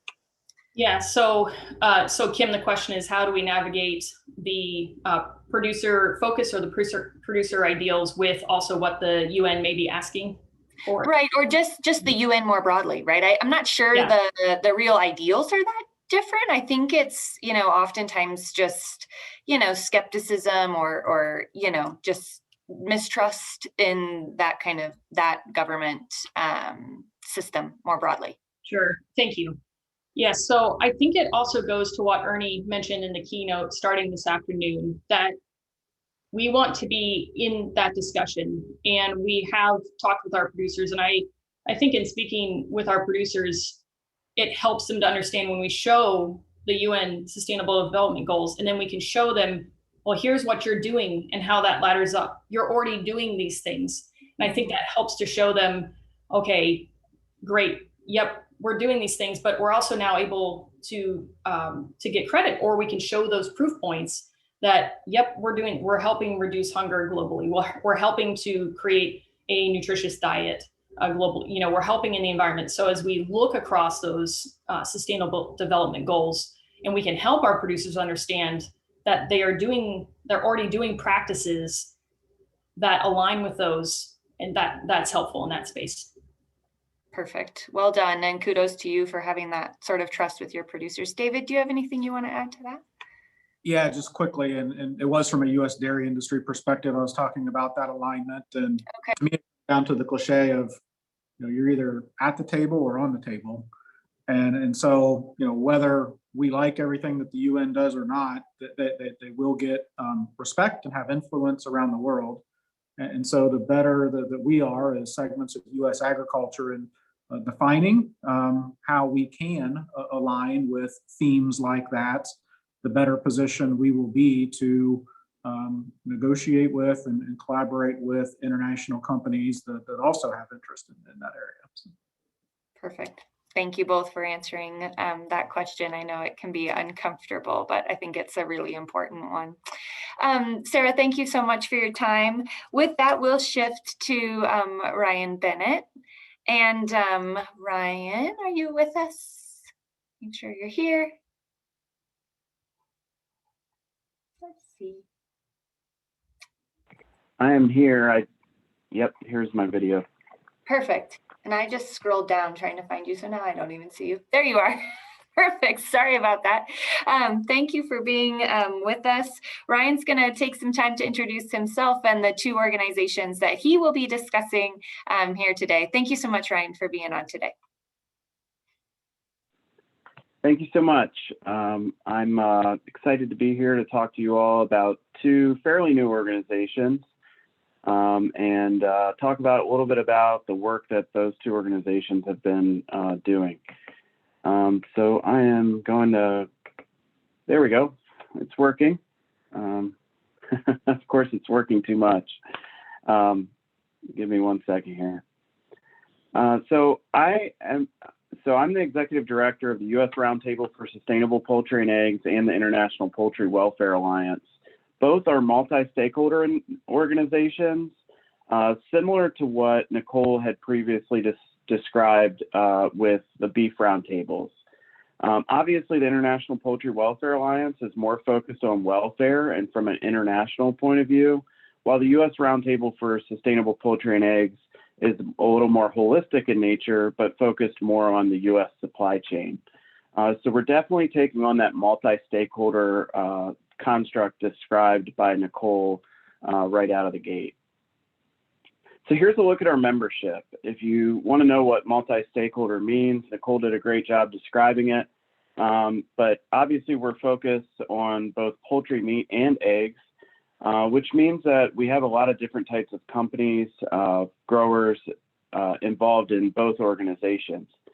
So I'm the executive director of both, and really both of these organizations had started loosely as more industry groups until they grew to the point where they realized that they needed to bring in more points of view to the table to accomplish some of the goals that Nicole had mentioned in terms of the strength of a multi-stakeholder alliance. They were wanting to start around the same time. And so ultimately they decided to start both at the same time with the joint membership function. So we actually share members across the supply chain, where if you're participating in one organization, you can participate in the other. We have some organizations that only participate in one or the other. But for the most part, a lot of these companies are participating on both of these organizations.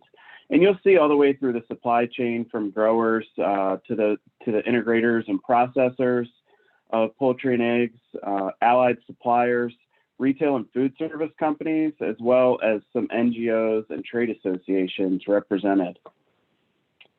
So I mentioned a little bit about the multi-stakeholder construct. But what are both of these organizations really trying to do? At the end of the day, the U.S. Roundtable for Sustainable Poultry and Eggs is trying to improve the sustainability of the entire value chain. So improving sustainability really for us means first defining it. We first defined sustainability, went a little bit quicker than what Nicole had talked about, but obviously we're not a global organization over on the U.S. Roundtable side. But really we're trying to be, economically viable, environmentally sound, as well as socially responsible at the end of the day. And then from there, we started trying to figure out, how do we know if we're making progress or if we're actually driving that continuous improvement that we're actually here to do. So are we actually creating our goals? And that's when we started creating a sustainability framework. So the organization, I came on board just at the end of 2018. The organization started in earnest at the beginning of 2019. By Q3 of 2019, we started a framework committee for the U.S. Roundtable for Sustainable Poultry and Eggs, where we first made that definition of sustainability. And then we created our 3 pillars. Our 3 pillars are people, which can include anything from consumer-related issues to communities, to worker safety, things of that nature. Planet, which obviously we've talked a lot about today in terms of emissions or our water use or water quality, as an example, as well as poultry. And one of the things that, you'll find in poultry and egg supply chains is that animal welfare is a high-ranking indicator or priority area for the poultry and egg supply chain from a sustainability perspective. So we're very holistic in nature. We're not just focused on environmental issues. We're also bringing in that people component, and we're also focused on the bird as well. So we actually have 13 different indicators and priority areas that we identified in that framework process. And those 13 different priority areas fell under those 3 pillars of people, planet, and poultry. And then we started creating metrics. So how do we actually measure things underneath of those different priority areas? And then once we created the metrics, we took a step back and we realized we have a lot of people at different stages of their sustainability journey. So some companies, some farmers might be doing things that they don't know are sustainable, but they might not be tracking those. Or you might have a company that's been very bold and set very ambitious goals, similar to what David talked about that DFA has been doing with the Science-Based Targets Initiative. So we really wanted to create a program that met people where they are and allowed them to improve regardless of where they are in their sustainability journey. So we created 3 different tiers of metrics for people to give an idea, to get an idea of where they can start and where they can continue to improve no matter where they're at. We actually recently did 8 full supply chain pilots. So from the grower level all the way through the supply chain to the end retail food service company. And we're moving forward with that framework, hoping to launch next year. What will you get from participating in that framework? You'll get an individualized report. We, as the U.S. Roundtable for Sustainable Poultry and Eggs, will get aggregate data throughout those supply chains, where we'll eventually be able to release an industry-wide sustainability report for poultry and eggs. We'll use that to then really move forward to what I call the fun stuff, which is figuring out where we're doing well and talking about that and allowing our members and stakeholders to talk about that, but also figuring out where we need to do better and doing projects, whether that be something in feed or manure, pilot projects, innovation, understanding where different financing opportunities come from, all sorts of different things that are actually more focused on improving sustainability. And we'll use the framework as a tool to figure out where we need to focus and how fast we're moving forward as a supply chain for poultry and eggs and sustainability. I mentioned the International Poultry Welfare Alliance. They're focused on improving animal welfare, and so that group is also multi-stakeholder in nature.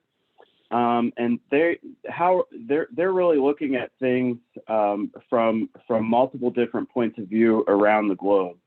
So for one thing, there's a lot of differences in terms of the amount of education that's gone on in different areas, throughout the supply chain. So we're very focused on webinars that present different points of view, both globally and from the supply chain.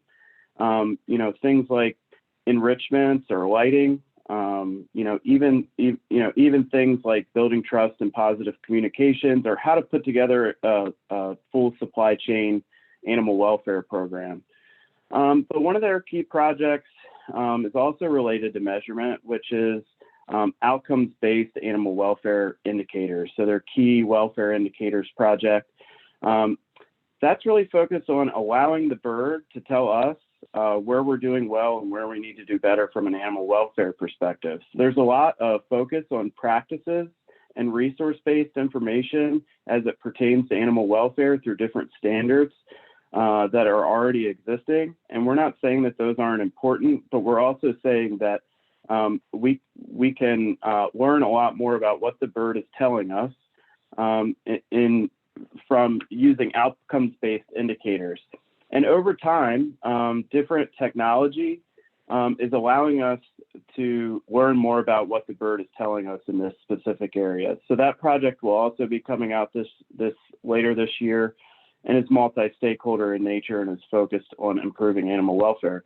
And that, again, will drive us to those different practices and issues that we can focus on as an organization to improve animal welfare at the global scale. So that's my 2 organizations, Kim. I'm happy to take any questions. Thank you, Ryan. Great job. And I am just so impressed by the amount of work you have gotten done in such a short amount of time. So congratulations to you and the U.S. Roundtable for Poultry and Egg. You should be very proud. Well done. We do have a couple of questions, and I think this one is fabulous. It's actually directed to David, but I would love for you both to answer this because, Ryan, I think you're probably getting to the point where you really begin to think about this, and then we'll pivot to David. And then Nicole and Sarah, if you have interest in kind of adding, that's perfect. We want this to be as interactive as our virtual world allows. But the question was really asking what are we doing? What are you doing to make consumers aware of this work? And how do we begin to empower our consumers with the sustainability messaging, or the efforts that are going on in the broader sustainability space? So Ryan, have you guys started thinking about that in the U.S. Roundtable for Sustainable Poultry and Egg? So we've actually probably thought about it more on the International Poultry Welfare Alliance side. Okay. And really what we found is, as a young organization, there's still a lot of trust building and information building that even needs to go on within the current supply chain before we're ready as a full supply chain to go to the consumer level. So actually, the IPWA strategic plan is really focused on getting to that point as an organization, to where we are building, common understanding, not there to push a specific viewpoint or to get everybody to agree on everything, but even just getting people to agree on how we talk about welfare.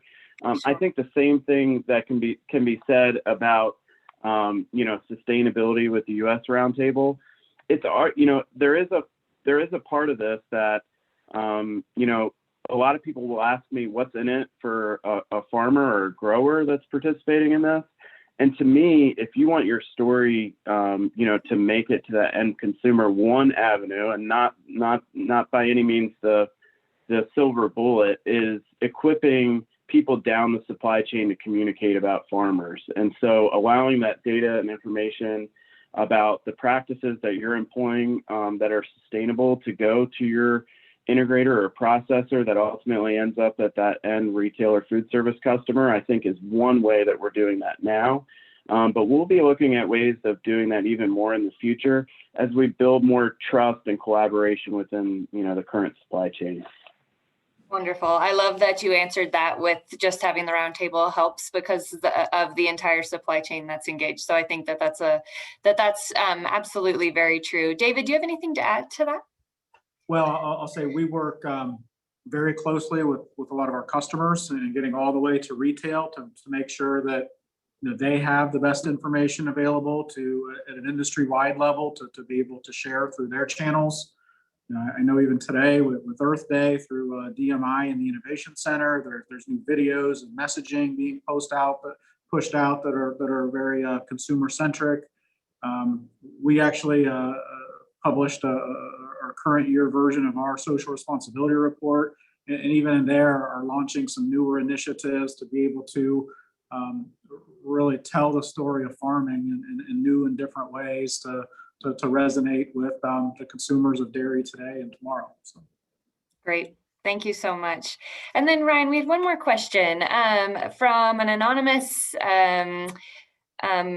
participant asking about how IKEA fits into the picture. And I think it is an interesting question. I think though IKEA is actually a member of all of our initiatives, which is fabulous. They're great members. But since it came during your talk, I'm going to pivot to you so that you can answer the question about IKEA. Yeah. So, I'm personally a big fan of companies like IKEA, and others that are very committed to that multi-stakeholder perspective. I'm obviously not a representative of IKEA, but obviously they do sell food in the US and in Europe within their stores. So they are, a retail food service type company. But also, you are users of down. And so those down products are going into the furniture that they're using. And so that's, from our point of view, where they come into both IPWA and the Roundtable. Wonderful. Thank you, Ryan. I couldn't have answered that better myself. With that, thank you, Ryan, so much for being here and presenting your two initiatives. And again, congratulations on the tremendous progress you've had in such a short time. I'd like to invite Pat O'Toole, who is a great friend, here to talk about what the small ruminants are working on in the space of sustainability. Pat, are you with us?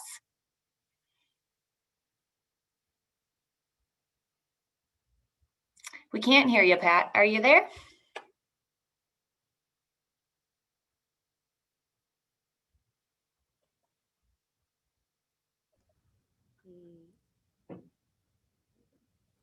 Kim, this is JJ. It looks like Pat may have had to log back in. So Okay. Should just- we move he on is- to? Oh, he's in the room again. Sorry about that. No problem. Hi, Pat. Can you hear us? We still can't hear you. We'll see if we can get Pat to unmute here. Okay, I'm unmuted. There you are, Pat. Perfect. Yeah, and I have a request, and I apologize, but I have an interview with our governor like in 2 minutes. Could I come on just a little bit later? You bet. Yeah, I'd appreciate it very much. Thank you. You bet. Okay, so with that, we're going to shift to Bill Demento with Highliner Foods. Bill, are you with us? I am. Wonderful. Would you please take this time to introduce yourself and to help us understand where aquaculture is at? This has been the one I've been looking forward to the most because I know the least about fish. So I'm very excited to learn from you, and thank you very much for being with us. No, thank you to you and NIAA for inviting me on behalf of Highliner Foods, as well as on behalf of the Stronger America Through Seafood Coalition. We're really happy to be here. And happy to be at the table with all the other proteins. It really is exciting. I've spent my career with the seafood protein starting in 1982. And as you can see now, I'm the Corporate Vice President of Sustainability and Government Affairs at Highliner Foods. Highliner Foods is the largest frozen value-added seafood processor in North America. The majority of our business is in the food service industry, although we do have a very strong retail presence, which is growing. Thanks to COVID, both pluses and minuses, and we won't go down that path. My career has started on the quality side of the business and then moved into the manufacturing, running our manufacturing operations. We've got operations in Canada and the United States, and we purchase over 30 million pounds of frozen seafood, 20 different species from all over the world that we add value to for the food service and retail markets. So that's a little bit about me. I'm happy to take you on into the SATs if you want to change the slide. Or am I driving? You should be able to drive, Bill. Okay, great. So the Stronger America Through Seafood that I'm here today representing is a coalition of over 20 organizations across the United States that have formed to drive improvements in U.S. aquaculture production. And the mission, as you can see, is secure a stronger America through increased production of healthful, sustainable, and affordable seafood. Our challenge has been all Americans deserve to access and healthful and sustainable, affordable seafood. For optimum health, the USDA's 2015 to 2020 dietary guidelines for Americans recommended eating at least 8 ounces of seafood per week. Yet the average per capita supply of seafood available for Americans to eat is really only about 2 pounds less per year than recommendations. Ironically, while the US has the second largest territorial waters in the world, it remains 16th in seafood production. According to USDA's Economic Research Service, American consumption of seafood may be limited by other factors, including a lack of awareness about health benefits, higher retail prices relative to other proteins like beef and poultry, and a static supply of wild fish, and concerns about the safety of imported seafood, which make up nearly 90% of the seafood available for Americans today. Our vision as an organization is about increasing Americans' access to healthful, sustainable, and affordable seafood. The US must produce more of its own. As many of you are probably aware, our industry, our business, our country imports about 90% of the seafood it consumes. Not that imports are bad, they're not, and we're not here to play down the value of imports. Americans love variety of species that come from different parts of the world that aren't available to us, as we export many of the species that are available to us on the wild side. So the strength and vitality of the US seafood industry creates American jobs, strengthens food security, and through innovative technology is the future of sustainable sources of healthy protein. Unfortunately, US seafood production is constrained by extraordinarily hard regulatory hurdles, a misinformed public perception of environmental impact, and limited capital investment to improve technology. The immediate objective of Stronger America Through Seafood is to create a more positive federal regulatory environment for seafood production through federal legislation and rulemaking, which will be necessary prior to addressing other challenges. So.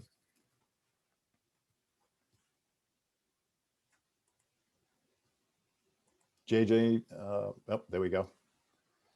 So very simply, the strategy of the SATS Coalition is to coordinate efforts between industry, aquaculture experts, and federal policymakers to craft a predictable and efficient permitting structure for the expansion of U.S. seafood production through aquaculture. Our sponsors, greater than 20 companies like Cargill, Highliner, many others, range from farmers to processors to technology providers to innovation to food distributors and feed producers. And this strategy started only about 2 years ago, has been impressive, has primarily been a lobbying strategy in DC, where we've hired a couple of lobbyists to help us along. And individuals from the companies like myself will visit DC, and our legislators, both congressmen and senators, talking about the need for better legislation that will allow a simplified access to the permitting process. Wouldn't it be great not only for to see all the terrestrial farms that we've got here in the United States and the leader that we are, but to also be a leader in aquaculture. We know as a group, one of the major challenges that the world faces is a growing world population and food security. And we know the population to be at about 7 billion today, moving towards about 9 billion in 2050. And what a great way to add to the protein plate of meat, pork, and beef and others than to bring seafood to the table, the variety that we all like.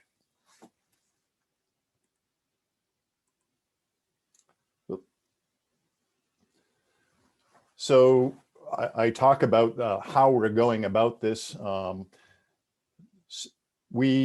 Senator Wicker was a year ago very much in favor of supporting improved legislation that would allow a better permitting process, a much smoother permitting process, and one that took much less than the 10 years it takes now. One that investors are very much opposed to taking any part of. The Aqua Act has been a bipartisan support and will soon be reintroduced by Senator Roger Wicker and Brian Schatz, probably next month in Congress. And it will establish national standards for offshore aquaculture. It will authorize federal permitting for offshore aquaculture in the US waters. And it basically outlines a clear, predictable process for investment, development, and enforcement of offshore aquaculture. So one of the things that our organization has been doing is really setting out on an education process, trying to help people better understand what aquaculture is, farm seafood. Many of you in the room know that farm seafood has a negative stigma attached to some of it, primarily because of the imports and some of the concerns for things that happen overseas. Some of them very much myth, some of them are old stories, and some of them still happen for sure. But our industry is really working hard, and this coalition is working even harder to make sure that the United States steps up to the table and continues to lead in all facets of trade. And aquaculture is one that you can see, number 16, we lag far behind. Becoming a leader, again, in taking much of the technology that is sent abroad rather than using it here on our own turf will support millions of jobs. And, excuse me on the slides here.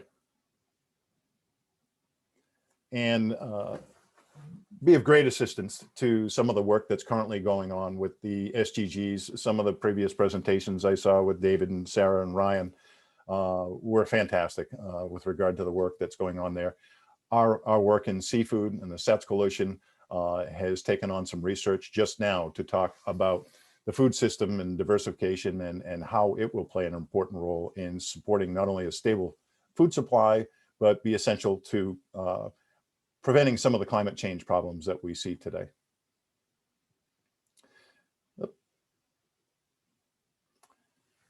Believe me, I drive a boat better than this. So lastly, I talked a little bit about seafood demand.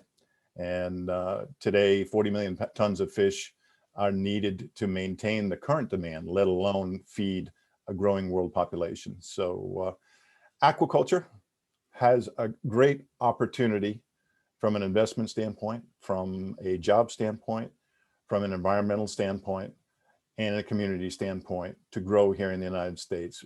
Making the United States a leader in aquaculture will have huge ramifications for the global trade markets with regard to leadership in food safety, in quality, as well as climate change. So with that, I'm happy to answer any questions you may have. I can go on all day about seafood. And again, happy that the NIAA has chosen to invite me to this seminar. Thank you, Bill. And I wish you had all day to go on about seafood because I find it fascinating. I actually took a class in aquaculture in college, and it was one of my favorite classes. Davis offers it through their animal science department. So anyway, thank you for being here. I have a question for you if we see if there's any that come in from the Q&A in the chat. But how are you guys incorporating the perspectives, kind of, the multi-stakeholder perspective, either through non-governmental organizations, producers, that sort of, what's the approach there? Okay. Our approach there is working with both NGOs as well as government organizations, the National Oceanic and Atmospheric Administration, the National Marine Fisheries Service, as well as some of the ENGOs that are associated with the oceans, like Monterey Bay Aquarium and World Wildlife Fund.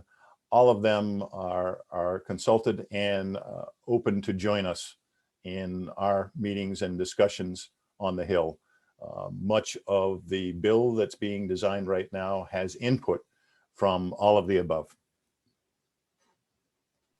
Great, thank you. All right, with that, we will transition to Pat O'Toole. Pat, are you with us? JJ, do you see Pat? Yes, Pat is still in the room, but I'm wondering if he is still on his call. But okay, oh no, that's fine. He is still on his call. Okay, no problem. No problem. All right. So with that, why don't we transition to our first planned question? So Morgan, is there a way we can pull up or whatever slide you'd like us to use? And I'm going to ask all of the panelists to turn back on their cameras if they would. And we'll go ahead and start with our planned questions, which we have at least one that I would really like to get through with everyone because it did come up in the chat as well.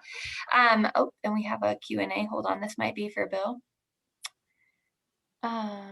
Nope, this looks like this will be a good one to follow up with the question we have. Okay, sorry about that. This is distracting with all of the chat. So the question that I would like all of you to answer, and we'll go ahead and start in the order we went. So we'll start with Nicole. But the question is, how do you collaborate with other roundtables? So how does GRSB work with other proteins and share ideas and talk about sustainability more broadly? That's a good question. And I hope that the participants actually found our presentations tediously repetitive. That's the goal. We really want these roundtables to operate like train cars that can be hooked up together to create a sustainable food supply, a sustainable food system for all of our stakeholders, particularly the closely connected supply chains like beef and dairy, for example, but also even the more attenuated supply chains like row crops, right? Because you don't have beef cattle without row crops. So we try to make sure that we're taking kind of a consistent approach and that we have a consistent mentality for how to do this. And then what you'll see is these concepts being replicated in all these roundtables so that so that ultimately we have something we can communicate to the people who want to know, how are you ensuring a more sustainable food system for us in this country and around the world? And we can say, this is roughly the way it's done and it works, and here are the results that it's delivering. Perfect. Thank you, Nicole. And a big thank you to Nicole. I think it's nearly 11 in Germany. So thank you for staying up with us. We really appreciate you. David, could you answer that question for us as well? Yeah, just building off of Nicole. I mean, I think between beef and dairy, I think there's strong collaboration in terms of the work and a lot of, conversations that take place, meetings that will have representatives from both sides. I'm sure we can always do better, but I think it's good. I know with pork, there's been a lot of collaborative work between the pork industry and through the Innovation Center and attending meetings back and forth just to learn. Ryan came to where he's at now and was working more on the dairy side before that. So he brings some knowledge and experience in terms of how things were working there. We probably have room to do more with aquaculture, but we'll get there. But I think not perfect, but I think we've got a good starting point. Well said, David. Bill, we need to hook your train car up with ours. Yes. Be happy to. I agree. Also, it looks like your meetings are quite fancy. I'm not sure anyone else is quite that fancy, but perhaps we could all learn from each other on that too. So that was only the White House. There's a lot more cowboy boots at our meetings, yes, Bill. There are. Yes, a lot more boots broadly. Sarah, could you answer that question? I know pork is doing a lot of collaborative work. Would love to hear your perspective. Yeah, thank you. So really trying to collaborate across all. Of course, we probably more closely relate to poultry being non-ruminants as we think about some of our environmental indicators, but Nicole's exactly right too. We are looking across our entire supply chain. Our pigs eat a lot of soybeans and a lot of corn. So we're making sure to talk to National Corn Growers Association, United Soybean Board, and understand what are their goals and metrics. What are they thinking about as industries? Then obviously our pig farmers, and then all the groups you see here on the screen as well, talk to each other and better understand, what we already have written out and what's the future look like and how can we work together, because yep, we're together in this. So how do we help show that? Also for us, also talking a lot with National or North American Meat Institute or NAMI, because that's where our pigs go at the end and through processing. And so as we think about sustainability, that's also another step. And then also, not necessarily that they have a roundtable, but really making sure to focus in on all of the different groups that are within our supply chain and, but definitely keeping in touch and understanding what each of the species organization are doing and how we can work better together and learn from each other. Thank you, Sarah. Ryan, do you have anything to add? Yeah, so I actually get asked this question from time to time, and in terms of speaking with the Innovation Center, speaking with the Pork Board, speaking with U.S. Roundtable for Sustainable Beef, Field to Market, NAMI, U.S. Farmers and Ranchers Alliance. Quite frankly, I do a lot of one-on-one conversations with people there, but at the same time, there are, panels like this where we speak and we see each other. There's also projects that we either are or probably are going to end up working together on sooner or later. One that I always point to is feed. We all use corn and beans, and there's more that we can do there. I see, what the Biden administration and what USDA is talking a lot about in terms of climate.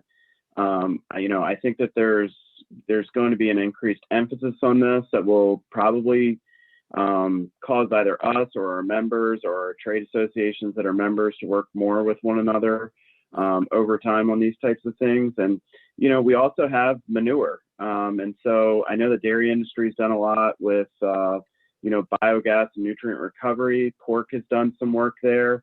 we're interested in doing work there. And, you know, it's not just from a climate perspective, it's also an opportunity to potentially generate revenue.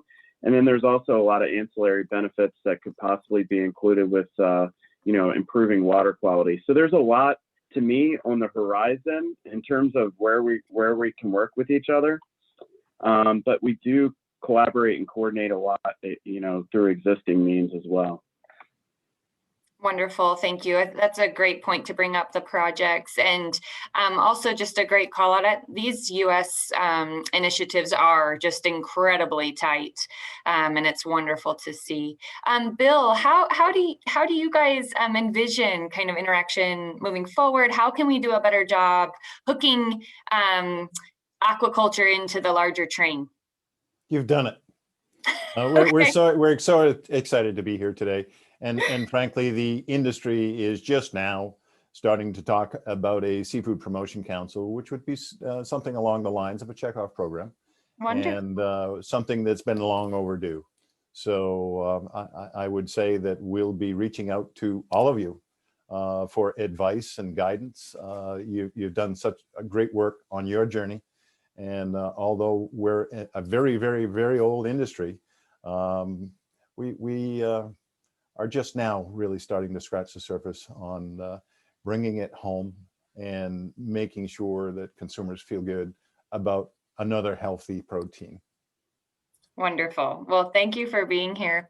So we have gotten some great questions in the chat. We have one for Lucas that I would like Nicole to answer first, and then others can join as they desire.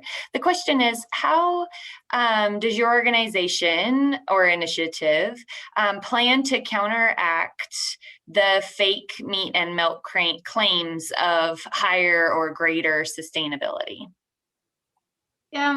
That's a great question. We suffer from the damage done by harmful marketing claims and harmful marketing approaches, not only from these plant-based products that would like to substitute for animal-based animal products, but also from folks within our own animal protein industry. You know, how many times have you seen an ad campaign from somebody advertising animal proteins in a way that you know to be incorrect or misleading, or to lead to confused consumers who now will distrust all of the food products that are on offer that much more.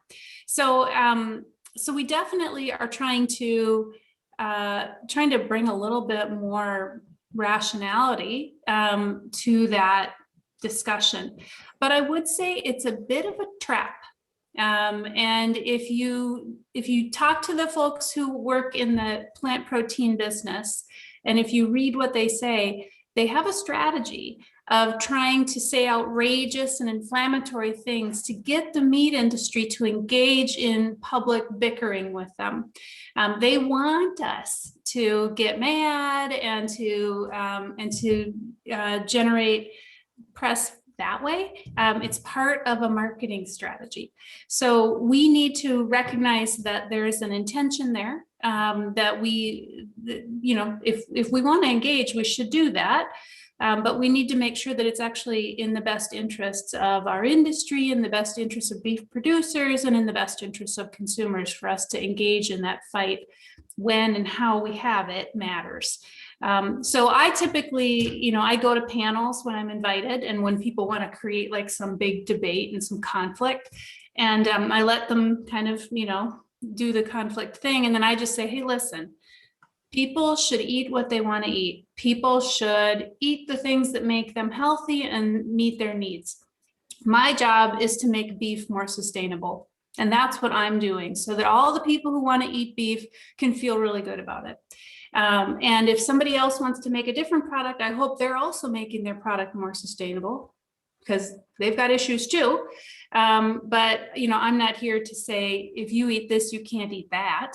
And frankly, that's not really how people eat anyway. Most of us eat a little bit of everything, and we try stuff, and maybe we like it and maybe we don't. So I think, it's up to us to be the grownups in the room, frankly. We're good at that, right? I mean, in animal agriculture, we know how to take a punch. And I think this is a moment when we probably need to find that inner strength and get past it. Thanks, Nicole. I always love your perspective. Does anybody else want to? Yes, Ryan, I saw you nodding as well. Yeah, no, I think Nicole answered it very well. I get asked this question a lot. We're a non-lobbying organization, so we're not going to touch, legal issues, regulatory issues, lobbying issues. But what I will say is that if you look at how some of the products are being marketed, they're being marketed on animal welfare, food safety, environmental type issues. So I just take it, to me, as fuel to do a better job communicating about where we're at from a sustainability point of view and continuing to do better and taking that high road that Nicole described.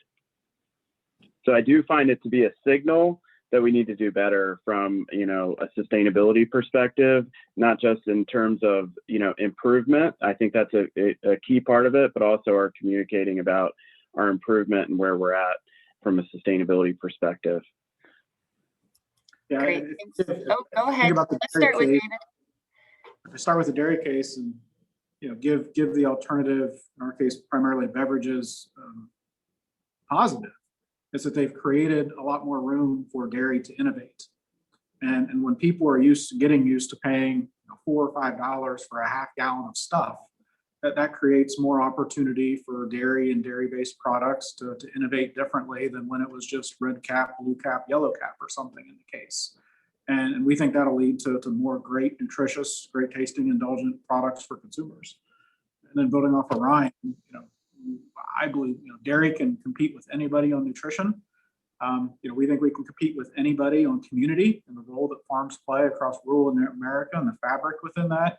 Is we're even better able to compete on the environment. We can do these products without compromise. Great. Yeah, I just love how positive you all have been on this. Sarah, what would you like to add? Yeah, I'll briefly add, I agree in where Ryan was talking about the looking at the data and saying, showing what we have and showing what we are. And I think that's part of putting, for all of us, showing goals and showing what these goals and metrics are and what they show. Then we can say, here's what we are in the swine industry. Pork producers are doing this, and then people can compare and look. So if then they compare across any type of protein and see what they would like. So I think it's more about, yes, let's get that data. Let's get those proof points that we can show consumers or anybody that would like to see it. Sure. Yeah, that real authentic engagement is really important. Bill, do you have anything to add to this? No. Okay, that's perfect. Okay, let's move on to the other question that we got in the chat, because I think it's a good one. And the question comes from John, and he says, John Blue, he says, can you share how you actively connect with media to bring to consumers and consumer-facing food business, restaurants and groceries, for example, the sustainability messages?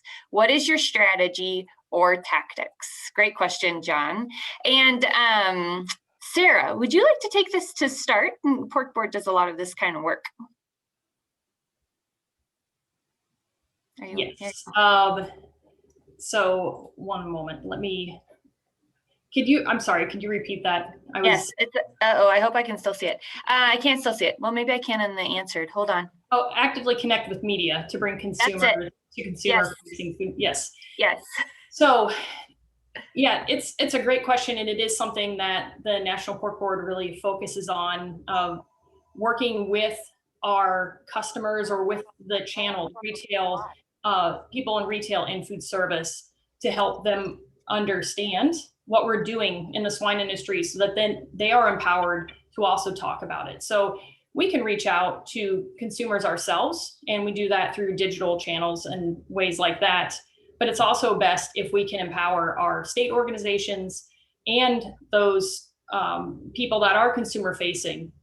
If we can empower them with the information about sustainability and other items, then they can take it forward and put their own language to it. So we can provide them the facts and the information, but then they can really put it into their own communication messaging from their company. And so we do that, and I don't want to get too far into the tactical side of that now, but we do that with one-on-one meetings. Again, I mentioned during my presentation a lot of our consumer research. So we'll package that the way that those restaurant companies or those or the retail companies need.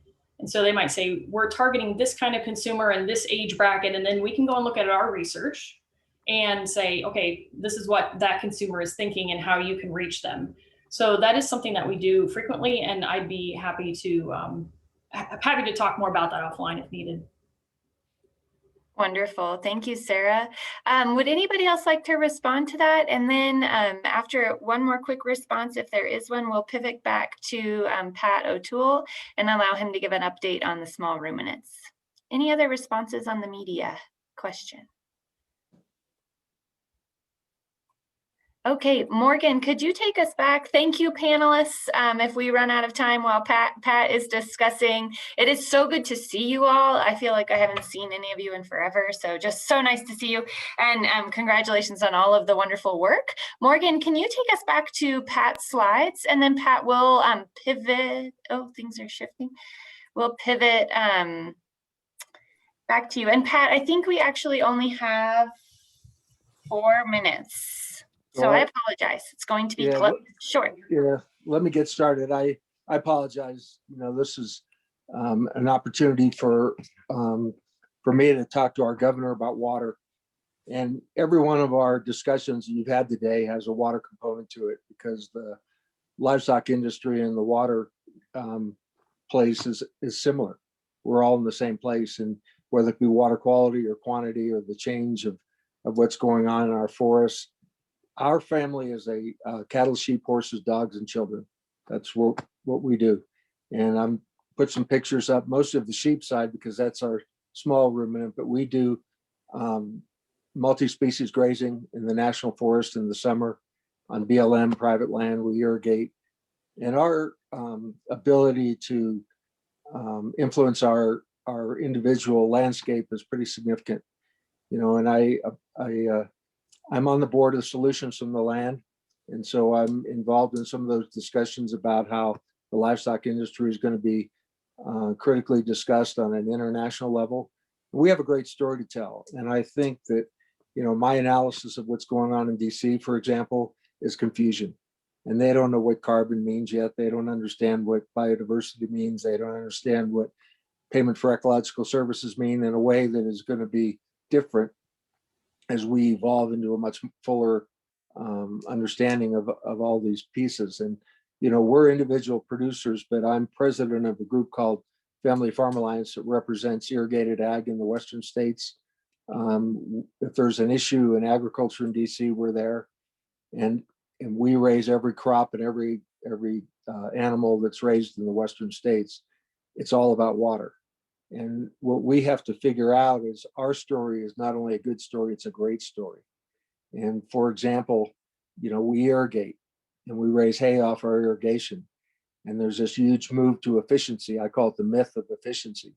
And what it means is we've become so efficient trying to reach a goal that isn't really a logical goal, that we have lost track of the fact that flood irrigation recharges our aquifer and gives us a crop, and also gives us the credibility with the environmental side.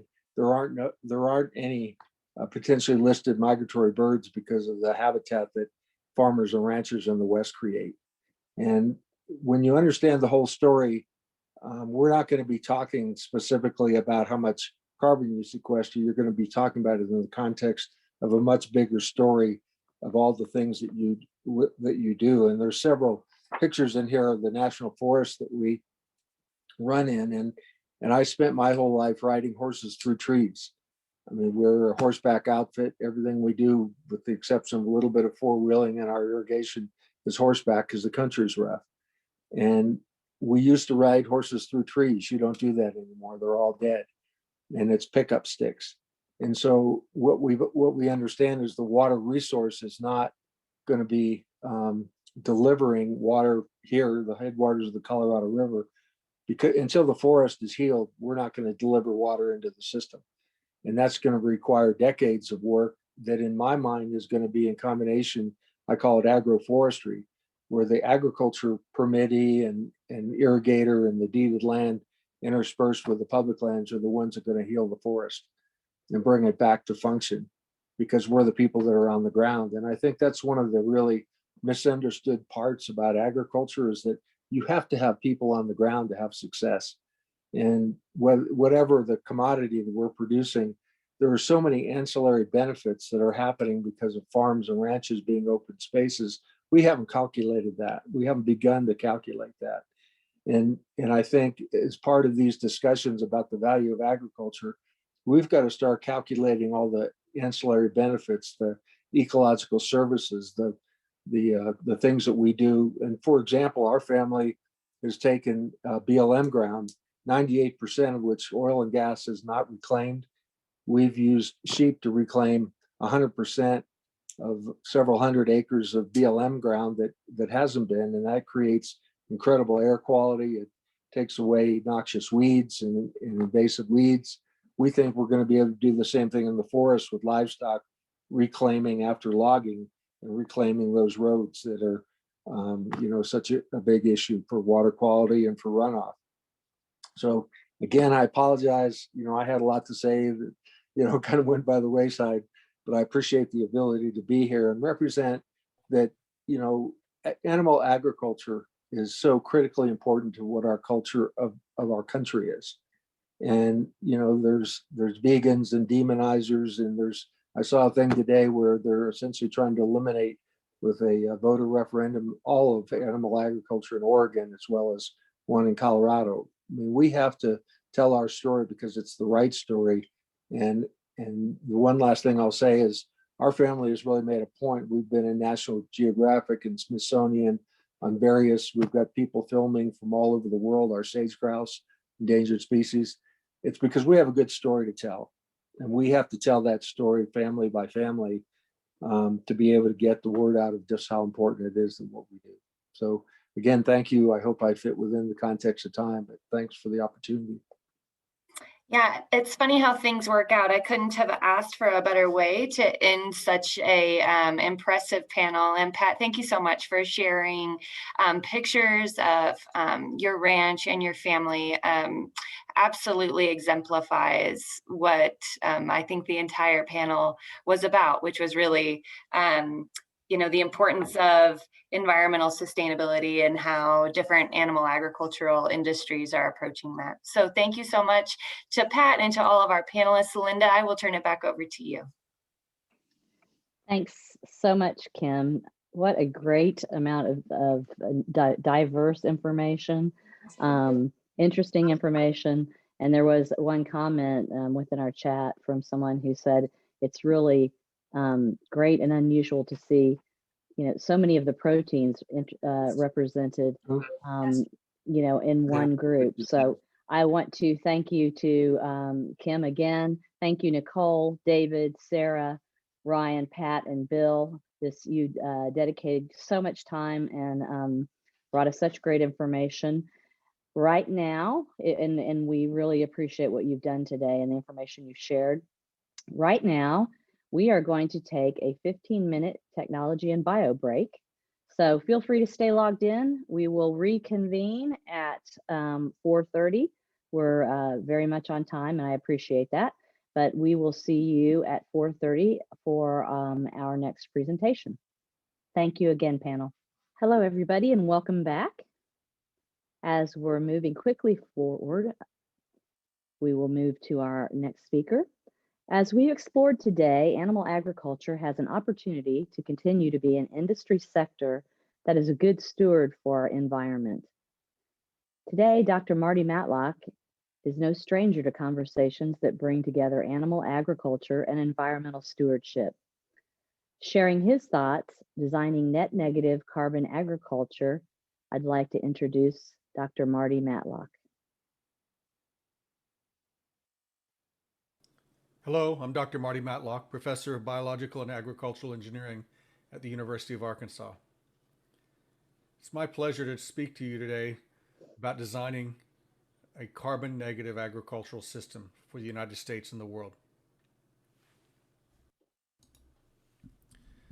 Our axioms of sustainability have not changed. Everything is connected, everything is changing, and boy, are we all in this together. The global food supply chain is the most extensive human endeavor in human history. We produce, process, transport, distribute, and consume nearly 22 trillion kilocalories of food to people every day around the world. While nearly 900 million of our brothers and sisters are still chronically food insecure, more than 6.4 billion people know where their breakfast is going to come from. This amazing system is fragile, it's inefficient, and it's wasteful. As we think about the full food supply chain, we can see where the opportunities for leaks in the system occur. But for this discussion, let's focus on the production side. That is, let's stop our conversation at the farm gate, where the product is grown before it is processed, distributed, and consumed.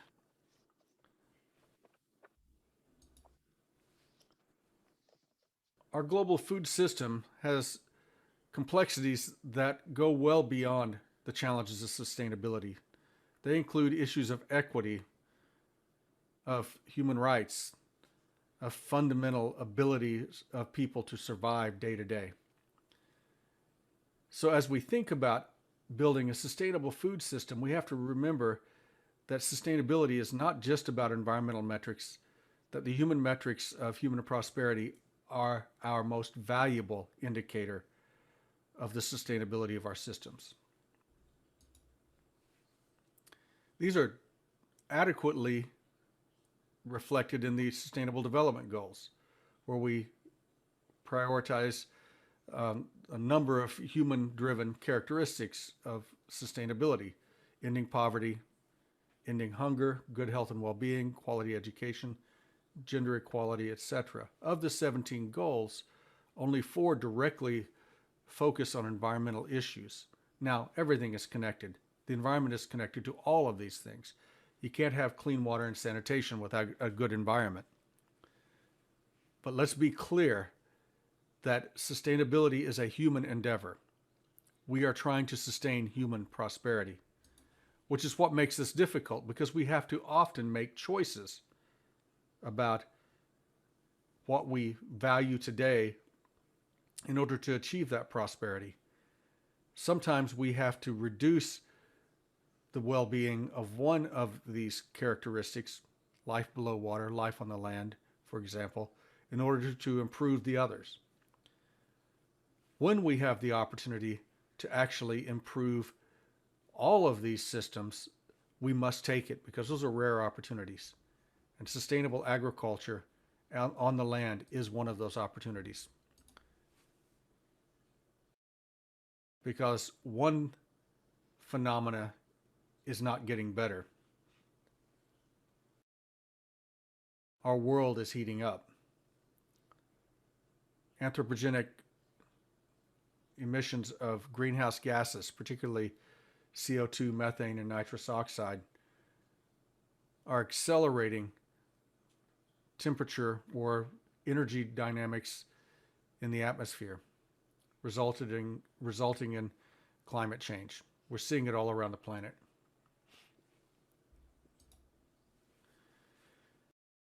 The relationship between carbon and global warming potential is familiar to most of us now.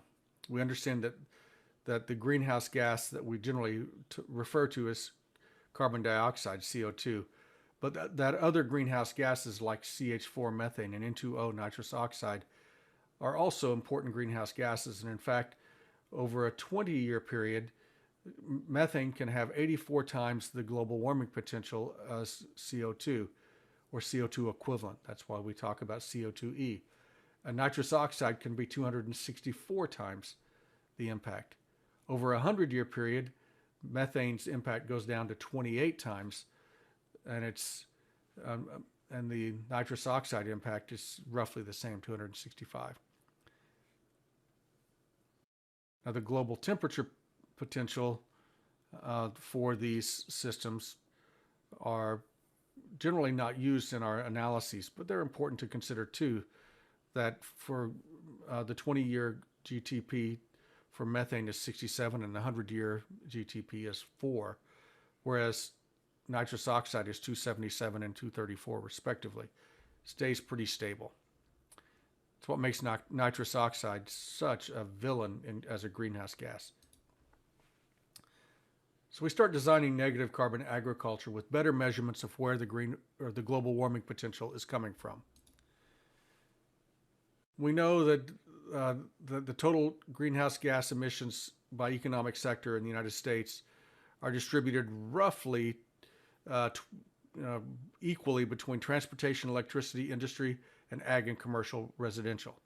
Ag and commercial residential split roughly in half. So it's a fairly easy thing to remember that there are really 5 sectors of contributing greenhouse gas emissions. And when you combine ag and residential, they're all kind of divided in quarters. 29% transportation, 25% electricity, industry 23, commercial and residential 13, and ag 10. So ag is only 10% of this. In the US in 2019, the estimates were that greenhouse gas emissions were about 6.6 billion metric tons of CO2 equivalents. That's 6,600 teragrams or TGs. 5.8 billion metric tons were emitted after land sequestration. We know that trees and grasses and soil absorbed and sequestered some of those emissions, about 0.8 billion metric tons. So we're left with about 5.8 billion metric tons of greenhouse gas emissions, or 5,800 teragrams. Ag contributed about 580 teragrams.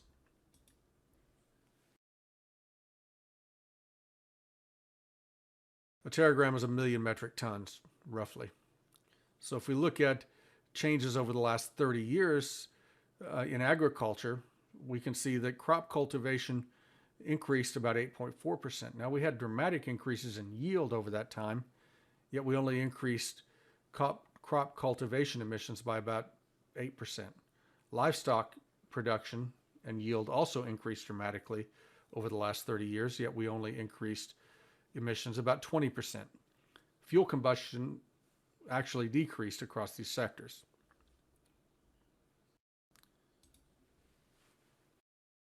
Greenhouse gas emissions in corn production represent the complexity we see across almost all greenhouse gas emissions for cropping systems.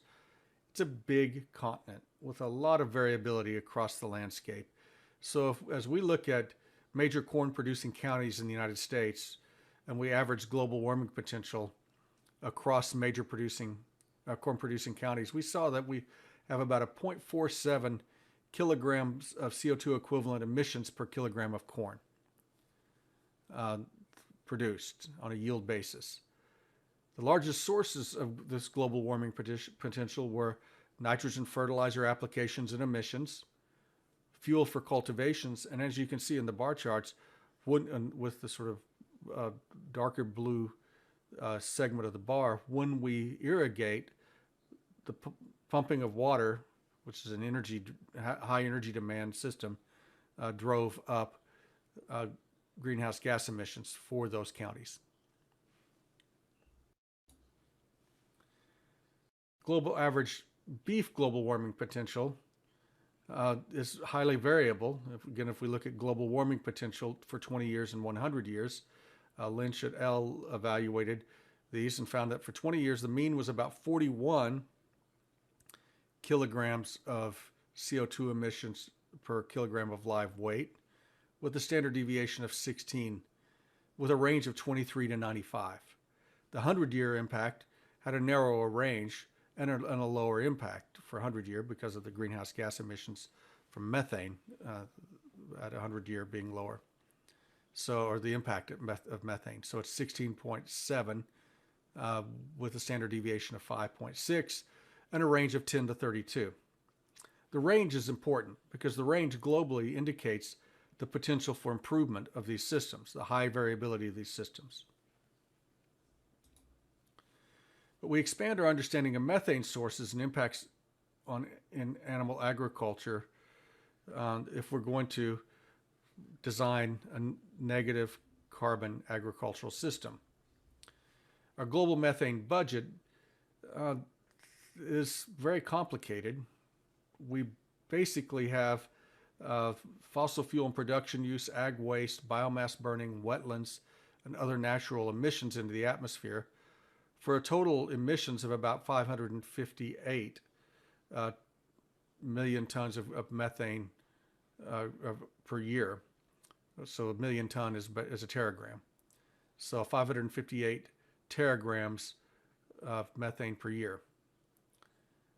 The atmospheric growth rate is about 10, so we're increasing on an annual basis about 10 teragrams because we have sinks of about 548 teragrams.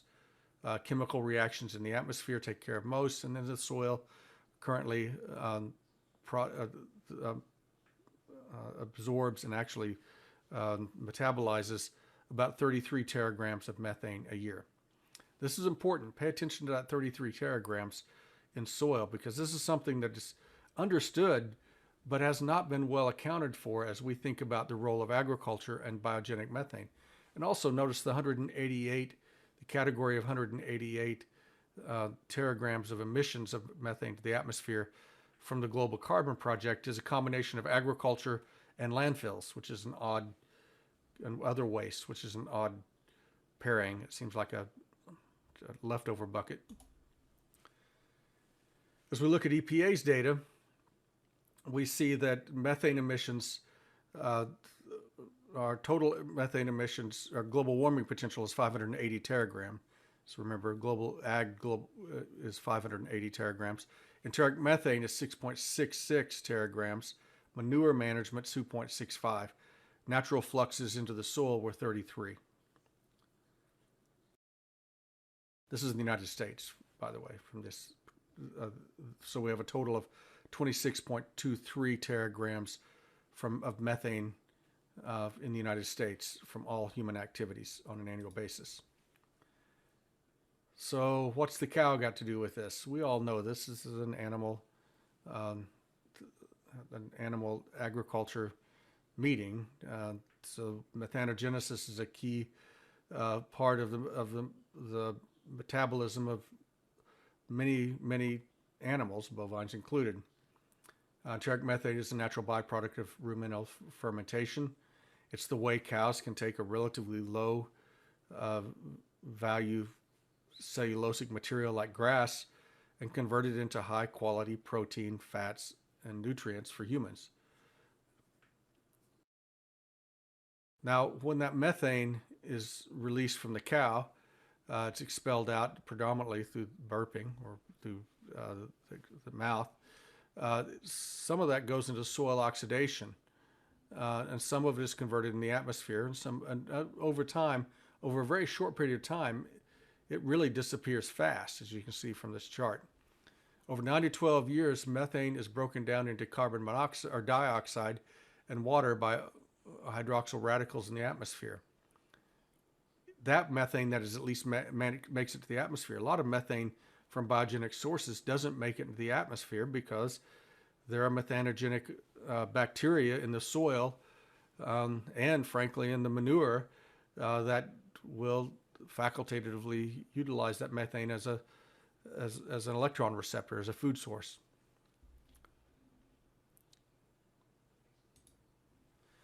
There are emerging issues with methane inventory methods that this process implies. In the U.S., let's also remember that cattle are analogous to bison, which are estimated to have contributed 2.2 teragrams of methane per year in pre-industrial U.S. Now, that doesn't obviate the responsibility to be responsible for cattle methane emissions, but if we think about what's changing the atmosphere right now, what are humans doing that are causing that causes increased carbon in the atmosphere? It's not the grazing of ungulates on the landscape. It's the digging up of carbon from the geosphere and then putting it into the biosphere and then into the atmosphere. That carbon, which was already cycling in the biosphere, is not a net additive to the system. The global warming potential 100 metric, as we've discussed earlier, obscures atmospheric chemistry dynamics with biogenic methane, overestimating their radiative forces and therefore their impacts. Brad Ridout in Australia did a significant analysis on Australian sheep that showed this. And Lynch et al. Also explored biogenic methane impacts on global warming potential from beef, and they found that it can be more effectively estimated using global warming potential conversion factors that account for the radiative force over the short life of biogenic methane. This method, which is referred to as GWP star or global warming potential star, is a CO2 warming equivalent measure that distinguishes the molecule from its impact. Lynch et al. Demonstrated this in a manuscript last year very clearly. You can see on the left we have the standard warming diagram showing the impact of methane on warming and the impact of CO2 on warming. Methane is the brown line and CO2 is the purple line, with a total impact. You notice there's a breakpoint at about 7.5 megakelvin. If we look at the global cumulative CO2 warming emissions potential, then that breakpoint, it becomes critical if we use the GWP star approach. And you can see that overall the global warming potential from biogenic methane decreases over time very rapidly because it doesn't stay in the atmosphere. You don't have to keep adding it for 200 years. It just doesn't stay. As opposed to the standard GWP 100 method, which is a simplistic linear method, which is additive and grossly overestimates the impacts. Now, we're not trying to dodge responsibility by understanding this process. What we're trying to do is solve the problems where they exist and not solve ghost problems that don't make things better. This is the difficulty that I have with grand pronouncements that we all have to stop eating beef, for example, and that's how we're going to save the planet and reduce global warming, when even if all agricultural global warming impacts were turned to zero today, that's just 10% of our total emissions. So it would not really make a difference. So this is one of my concerns, is that we are focusing on the wrong problems. If we remember that we still have the other 89%, 90% of the challenges we have need to be addressed. And if we address those, again, it's not that agriculture isn't an important impact. It's just not the boogeyman. It's not the villain of the story. And in fact, agriculture has the potential to be the hero of the story.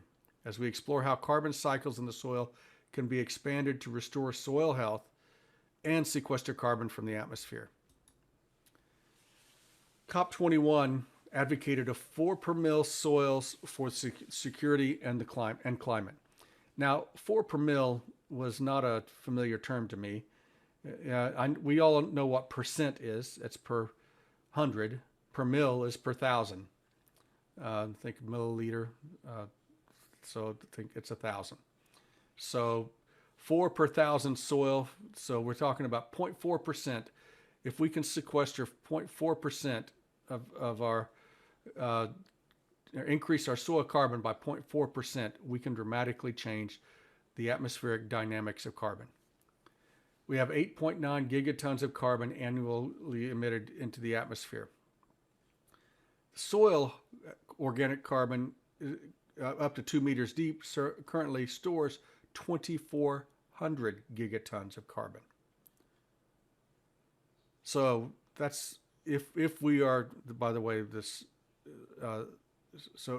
see the little red dot in the brown dot. The red dot is the atmospheric, the sort of aerial representation of the atmospheric emissions relative to the amount of soil carbon already sequestered. So 4/1000ths is the amount of emissions we have. So that's what we got to put back in the soil. The amount of carbon stock increase needed to offset CO2 emissions is 4/1000ths of the carbon that's already there, making soil our savior. Well, those of us who work in agriculture already understand that all life comes from the land. The soil is already the savior. Soil holds 2 to 3 times more carbon as soil organic matter than even in the atmosphere, let alone the amount that we emit. 1,400 teragrams of carbon can be stored annually in agricultural soils globally. It's equivalent to an annual storage rate of 0.4% in topsoil. More than 80%, most 80% of its potential could be reached for $100 per ton of CO2, a price compatible with the 2 degrees C carbon warming target in COP21. Long-term arable field trials have exceeded the 0.4% SOC sequestration rates. So this is doable.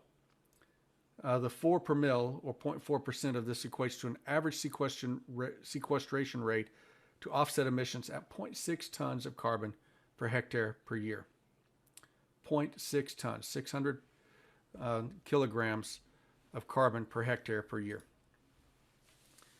If we look at sequestration rate in mil per year, and over initial carbon stocks in soil, how much carbon is already in the soil, we can see that we have the most potential to sequester carbon in soils that don't have much carbon. That makes sense. Once you hit about 80 tons of carbon per hectare, then it's a little harder to sequester soil carbon, and our rate, this dashed line, is the 0.4%. Then the rate starts to drop below the national or the global goal. So the question is how much soil and where is the soil that needs this carbon and where this carbon can be sequestered, because that's the sweet spot. Less than 80, 80 or less, or in that range, we can sequester enough carbon to achieve our goals. So if we look at carbon globally, this sort of teal color and lighter represents areas where we could sequester carbon. That's everything except for the subarctic, Arctic, taiga, northern Eurasian regions. It's a big planet, and there's a lot of soil, and it needs lots of carbon. And we can put it there. In the United States, as we evaluate our potential, you can see the ERS heartland is right on that boundary, because we've been increasing our soil organic carbon, but we have more room to work. And remember, even if we don't get the full amount, we could still go higher. So, and as we move certainly to our western, that sort of transition between subhumid and arid ecosystems in the middle of the U.S., we certainly have the potential to sequester a lot of carbon in U.S. soils. Postian and Chambers from Colorado State identified a number of processes we can use to achieve these. These are familiar to us. Crop system BMPs include higher residue crops, increased perennials and rotations, reduced and no tillage, cover crops, reduced summer fallow frequency, atmospheric amendments such as organic amendments such as manure, compost, and biochar, conservation planting, conversion of marginal cropland to grassland or wooded set-asides. And with animal systems, improved grazing systems, legume additions, improved nutrient management, silvopastoral systems, and improved manure management systems. While agriculture is not the most intensive or extensive source of anthropogenic global warming potential, it has the potential to significantly reduce the trajectory of climate change. Soil is our hero.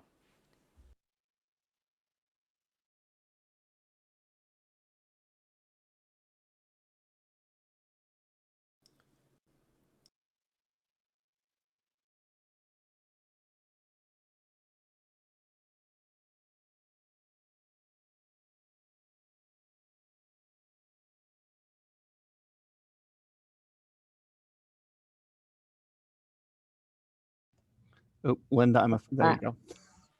Okay, I finally did it. It's the end of the day and I made it through, but I did unmute. My apologies, everybody. Thank you, Dr. Matlock. And we do have one question. We may have others come through. I will go ahead and send that question your way. General media and social media share the story of methane in cows because it's an easy story, and that's true. Easy story to tell. Cows are cute, and the greenhouse gas emissions from the energy sector, which are perceived as just what happens, business as usual, versus what the cow emissions. Telling the science of emissions doesn't always work with the right audiences. It may not be always getting through. Any thoughts on what we might need to do regarding public relations and storytelling around this issue? Absolutely. We start by telling the freaking story. And I mean, it's not that we started this process 15 years ago with row crops, with Field to Market and other groups, and you've heard about that. And we changed the framing of agriculture, of row crop agriculture, from being the villain to the hero, a potential hero. We need to do the same thing with animal agriculture by telling the story of what we get from animals besides a good greasy hamburger on a Friday afternoon. And that's really the perspective that we're fighting. Is it's this gross simplification from the eco aristocracy of the North, of the prosperous nations that presume to tell the rest of the world what their values should be. That's a form of eco-colonialism. So I'm providing an ethical framework that we should be adopting first and foremost, to say we don't tell other people what their values are. We don't tell other people they have to adopt our values. That's a form of colonialism. Colonialism is bad. As a member of the Cherokee Nation, I can tell you it has multi-generational consequences that are not desirable. So we start with that. We stop being eco-colonialists. And then the second thing we start to do is we recognize the broad, extensive values that we get from animal agriculture, well beyond the protein, the nutrients we get from the animal agriculture, in terms of land use value for the landowners and the producers, which prevents the land from being converted to what other uses it would be in a capitalist democratic system, which is for some other purpose, some other beneficial use, and that's largely development. And so it sets land aside for other living things. And that's our partnership with our conservation organizations like World Wildlife Fund, Environmental Defense Fund, the Nature Conservancy, and others. That's a deep, deep partnership that only comes from an understanding of the value of having animals grazing that land for the landowners to provide economic benefit. And there are many, many other very valuable or values that we can communicate.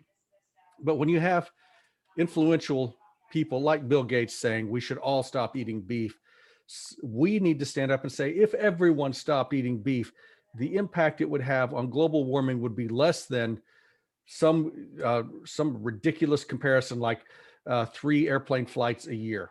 So I mean, and I don't have those comparisons yet. That's the sort of thing we need to be doing. And then and again, as I articulated, we also have real challenges on the way we measure the impact of biogenic carbon. Biogenic carbon is not the same as anthropogenic carbon from the geosphere. Carbon from the geosphere that goes up as methane from natural gas and other sources is an anthropogenic add to the carbon cycle of methane. And it goes up because it's hot. When it's emitted, it goes up fast. Biogenic carbon is not, and it doesn't go up fast. So it stays close to the ecosystem where it is also utilized as a food source by bacteria. And it's also, frankly, it has a much shorter persistence time in the atmosphere, 9 to 12 years, as opposed to 50 years for geologic methane. So those are just some of the concerns. But really, ultimately, it's trying to ask ourselves what really matters here. What really matters are the other 88 to 89% of emissions that drive climate change. Now, the fact that we could potentially, and I think it's potential. I don't think it's that we can absolutely, but I think potentially we could reduce total human anthropogenic emissions of carbon, net emissions, by half within a decade with soil management practices, if we pay for it, if we give the farmers the resources they need. And it would also increase the health of the soil by increasing organic carbon. So we have to tell the story. We have to frame the debate. Framing is everything. The science is the science, the data are the data, but how you frame it matters. Well, that was a very powerful question and a very insightful answer. And I thank you so much for arming us with the science and the knowledge and helping us understand, you know, how we move forward to help craft that story so that we can better educate the consumer. And this has been very valuable. Thank you so much for your time. I believe we are right on time. And again, we will have this video for anyone who wants to review it. And I want to thank you all for joining. And thank you again, Dr. Matlock. So today has been another great day of shared insights and learning as we've continued to further explore the environmental stewardship aspect of a sustainable animal agriculture sector. Tomorrow, I'm looking forward to tomorrow, we will dive into the third aspect, social responsibility. We have another exceptional lineup of speakers to inspire our conversation. But before we call it a day, I invite you to join me and my fellow board members for today's conversations and cocktails. We not only have several great conversations planned, but also plan to recognize a few leaders in animal agriculture for their outstanding contributions to our industry. At this time, we're going to close this Zoom video room, and I look forward to joining you in the new Zoom meeting rooms for this event. Please join us and also join us in recognizing these few leaders. And you should have already received a link to this event in your email reminder. If not, please reach out to us. Thanks again, everyone. We'll see you shortly.